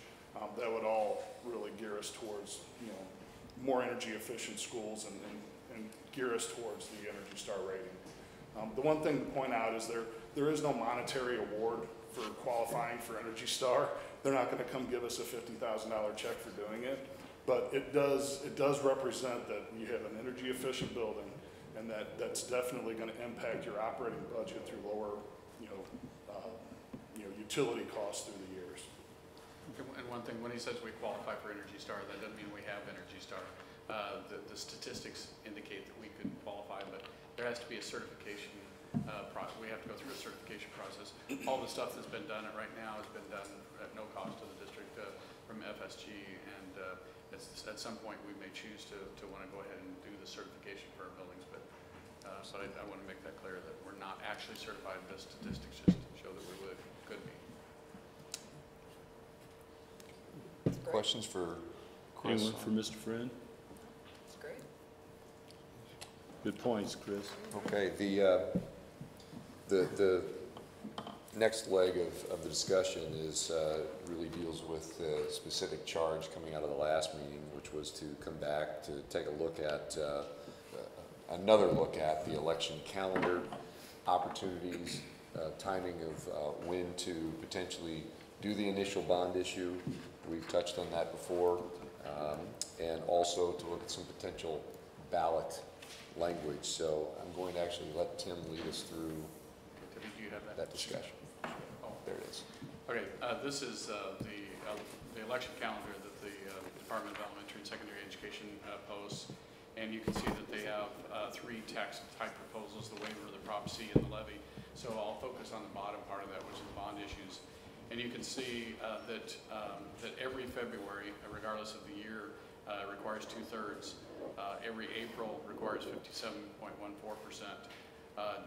June is always 2/3, but then when you get into August and November, you can have elections on those dates, but if you do them in the odd numbered years, which would be this next year, you'd have to get a 2/3 majority vote. On even numbered years, you just need to get the 57.14%. I think there were some questions about when could you have elections, what are the percentages, so that kind of summarizes. Yep, thank you. That basically spells out, I mean, the idea of 2/3 vote is basically they don't want you to run an election at those times because they know that's some would view that as an impossible thing to do.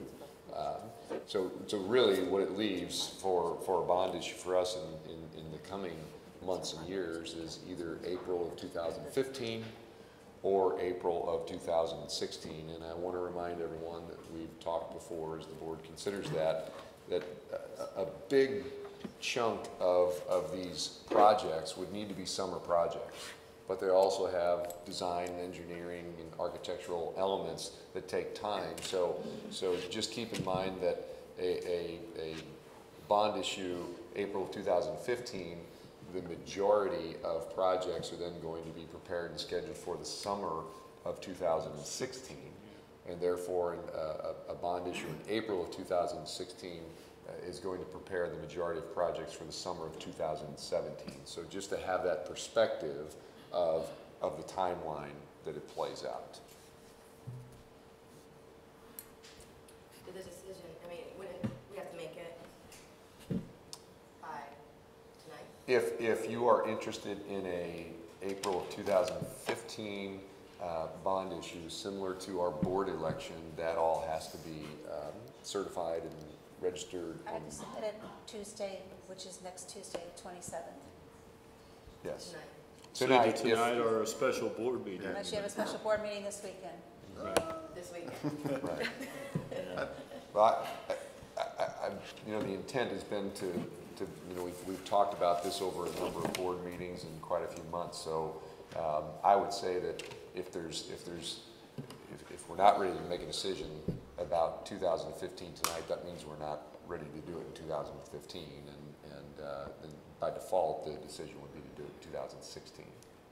Can I make a comment on the last slide you had on there? The Energy Star efficiencies are certainly a good good thing to get in terms of the energy usage and being good stewards and all those kind of things. But you're going to do roof recycles and HVAC recycles, whether or not you improve the roofs are aging, the HVACs are aging. I'd like to commend Tim and all your staff about, I like the plan you put together and for a few reasons. One, you started off first by balancing next year's budget, and we have that in place now. The second part is that this is a plan that will allow us to continue balanced budgets going into the future. If you don't do something about those maintenance cycle things, you're going to go in deficit spending to do it. There's just no other way. You can't not fix a roof. So this, over a 3-step, 9-year process, keeps us a continuous, balanced budget, takes care of the facilities we need, and does not increase anybody's taxes. I don't know how you can be against that. I thank you for doing it. Yeah, I think it's a plan that I'm proud that we put together, and again, commend you guys for a lot of hard work in order to make that happen. It's not easy to balance the budget. I remember when I first came on the board, someone told me you can't do that. Well, you can, and we have. And I think this plan just continues to have responsible financial stewardship of this district. And if we were to put on the, go ahead and vote, so the phase breakdown to put in perspective for the public, what, the years, you said phase 1, there's certain phase 1, phase 2, phase 3. Right. We would only be, we would only be voting on an initial bond issue. And the idea, obviously, because we know boards will change, so obviously there is always, when you're looking at a long-range plan like 9 years, there's potential for different mental models to enter in, and but you still have to have a plan to work from, and that's the idea, and that's what we're recommending. But the initial bond issue is what we decide of either this April or April 2016. The next bond issue after that, it's a good topic because it's dependent on a couple of variables, and one that is relative to the work we've been doing with our elementary boundary adjustments. We've been researching some needs in our Eureka Elementary area, and you probably recall we did not propose any boundary adjustments to Eureka Elementary because we are watching some potential developments. And we had initial news of a development that is public and people know about, but we were operating from that. But then we became aware of a potential much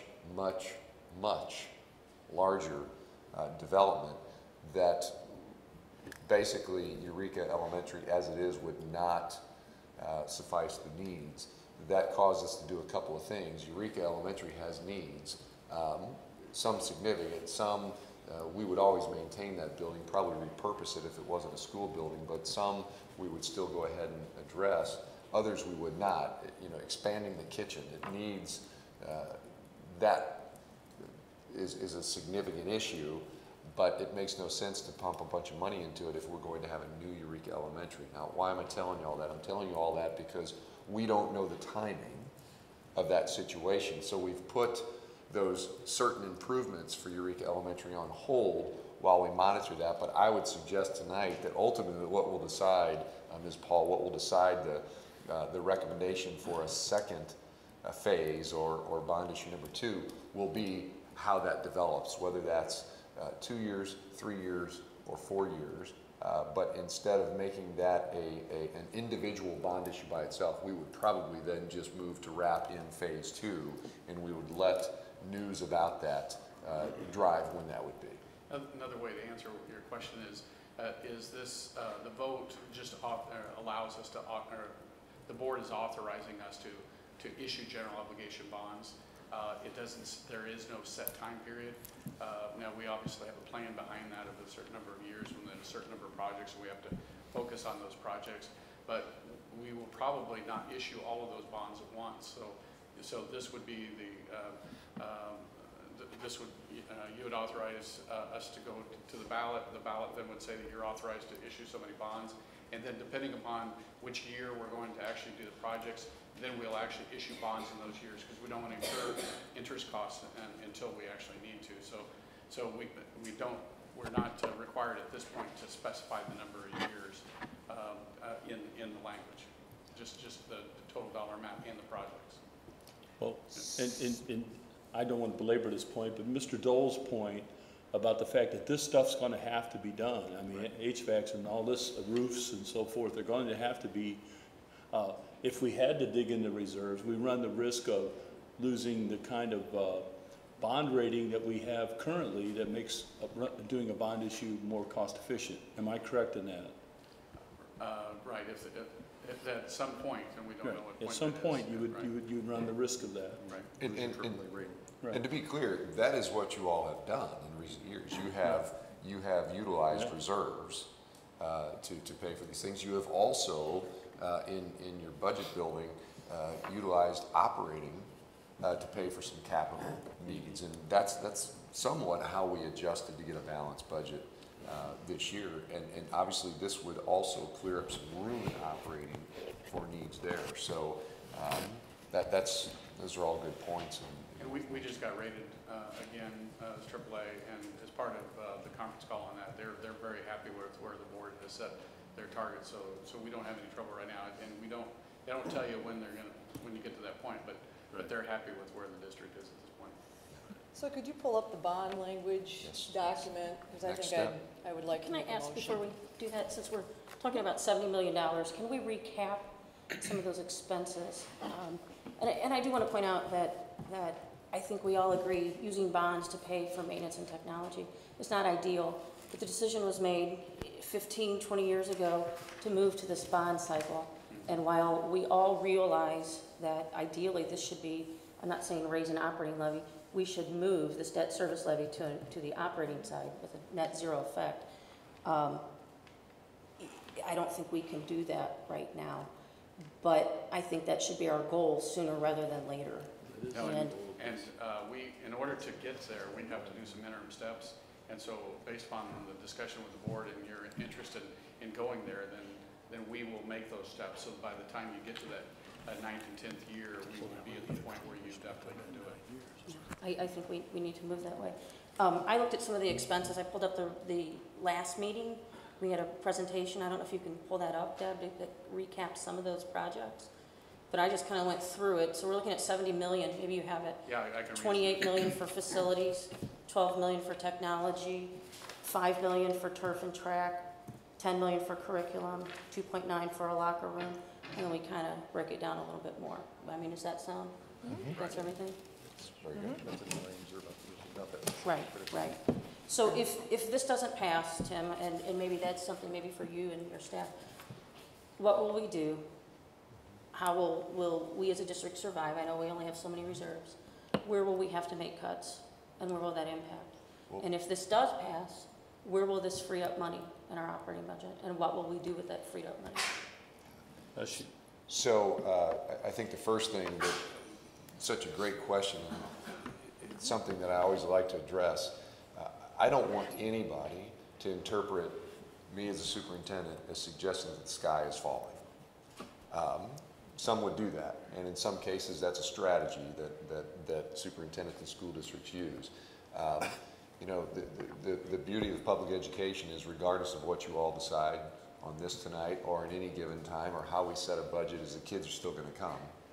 And we're going to give them a quality education regardless, and I'm committed to that, and I want to be accountable for that. The way we approach, teach, care for, and nurture children will not change regardless. And I think the community needs to know that, and I feel accountable for that. But obviously, we will have budgetary constraints. There are some things here that enhance what we do. We just talked a lot about the curricular needs with STEM and science labs.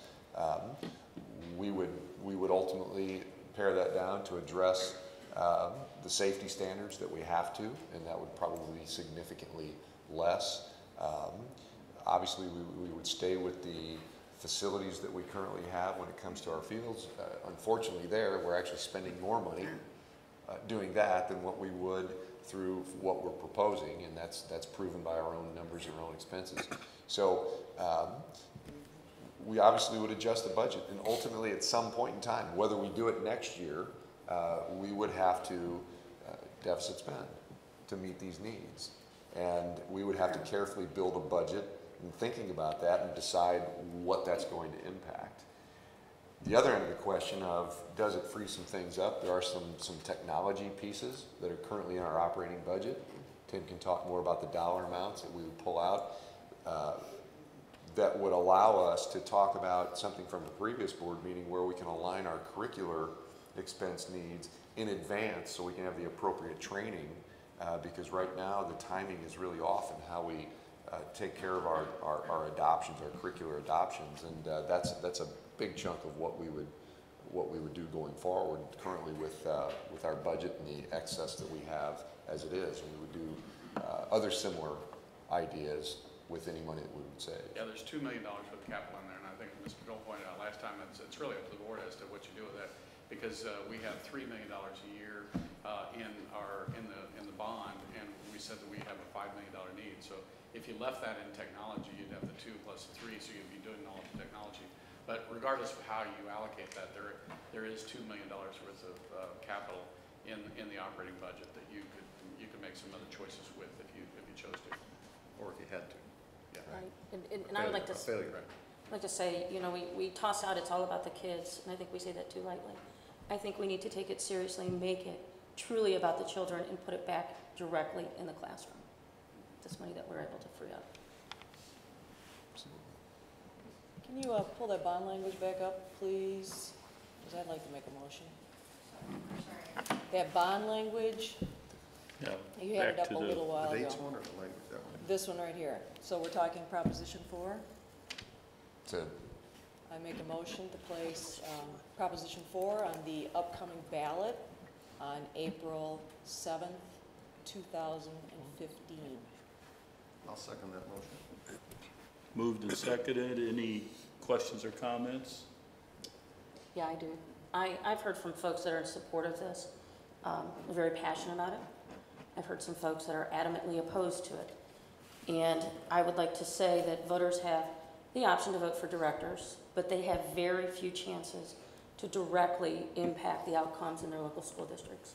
So I think it is to their benefit to vote on something and that we put it on a ballot and let the folks decide what they want to do. And it's their decision with a bond issue.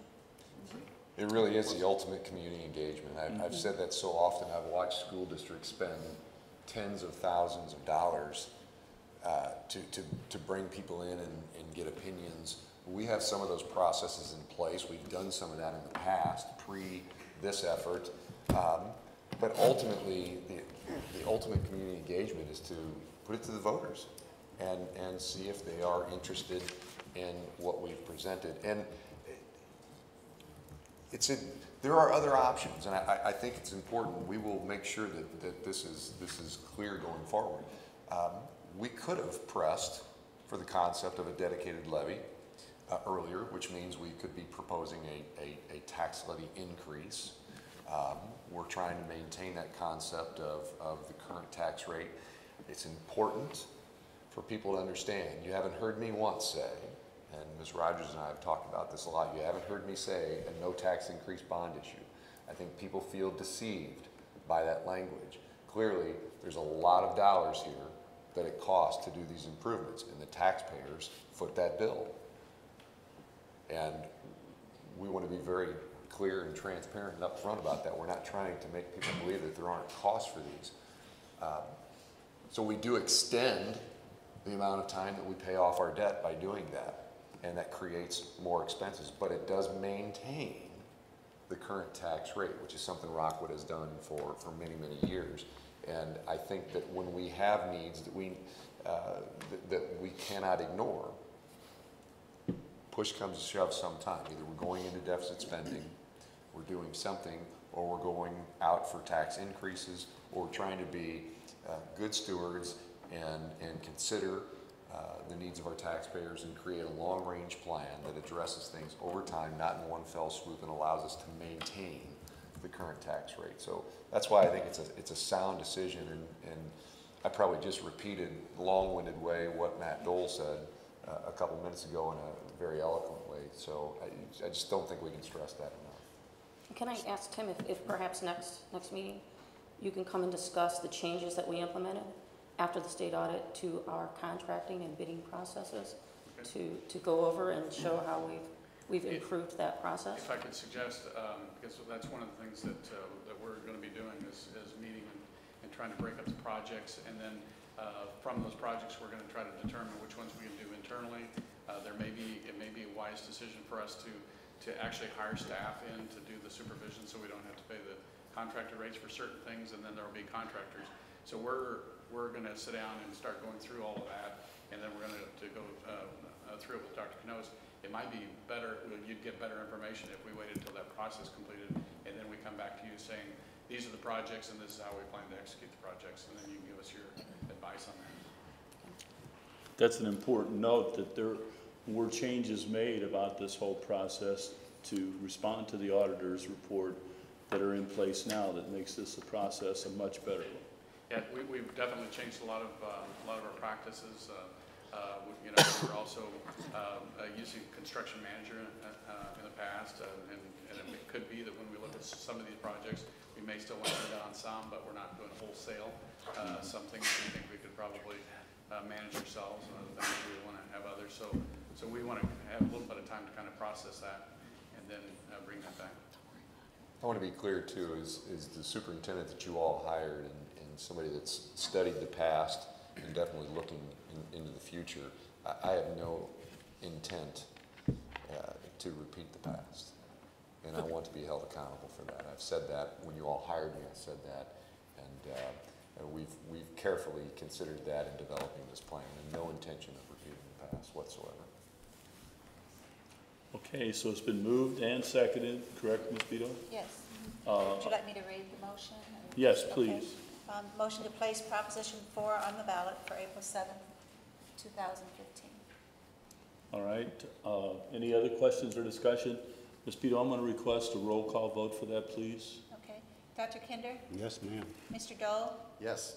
Mr. Castle? Yes. Mrs. Paul? Yes. Mrs. Rogers? Yes. Mrs. Mondo? Yes.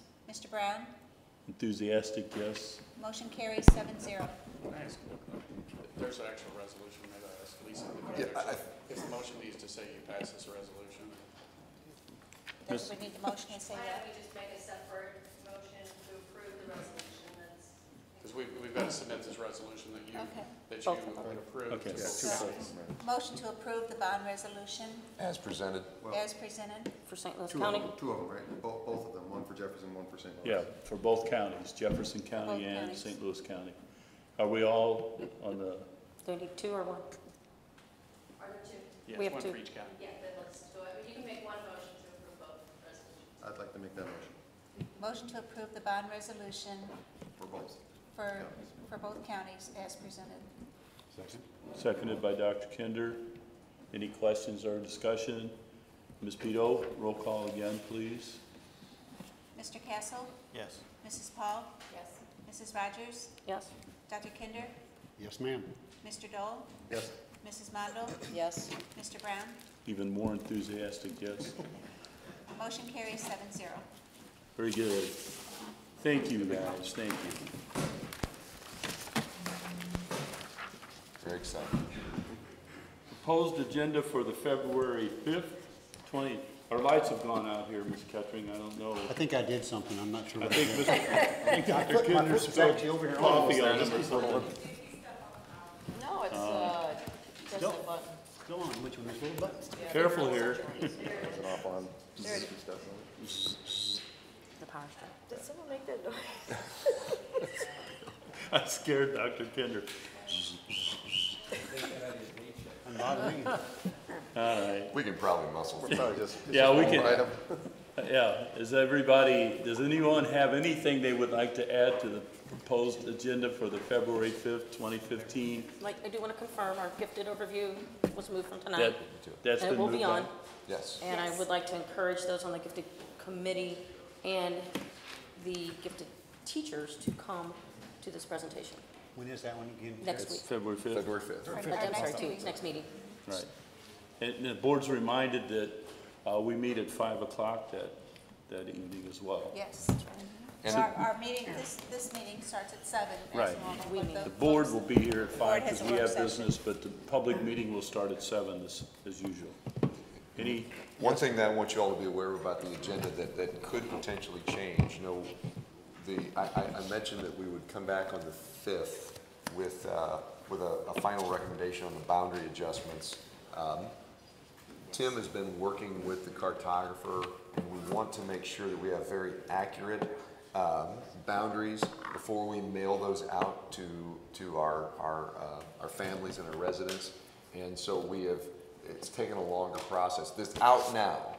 It went out today, but with that in mind, I'm going to contemplate based on using the barometer of calls coming in, but it may be prudent to give that a little more time for them to ask questions. And I may move that to the 2nd February meeting, but we'll see. We'll see. All right. Also, future agenda presentations and events to attend. We received already a calendar of those. Am I right, Ms. Beto? We had that from previous, so you know of different activities and things coming up. Anything else or any questions or comments? I do. Yes, sir. It's a great board meeting tonight. Thank you very much. All right, thank you. You're here. We're all thanking each other, so, and we're looking forward to our week. Trying to improve his rating. Aggressive, too.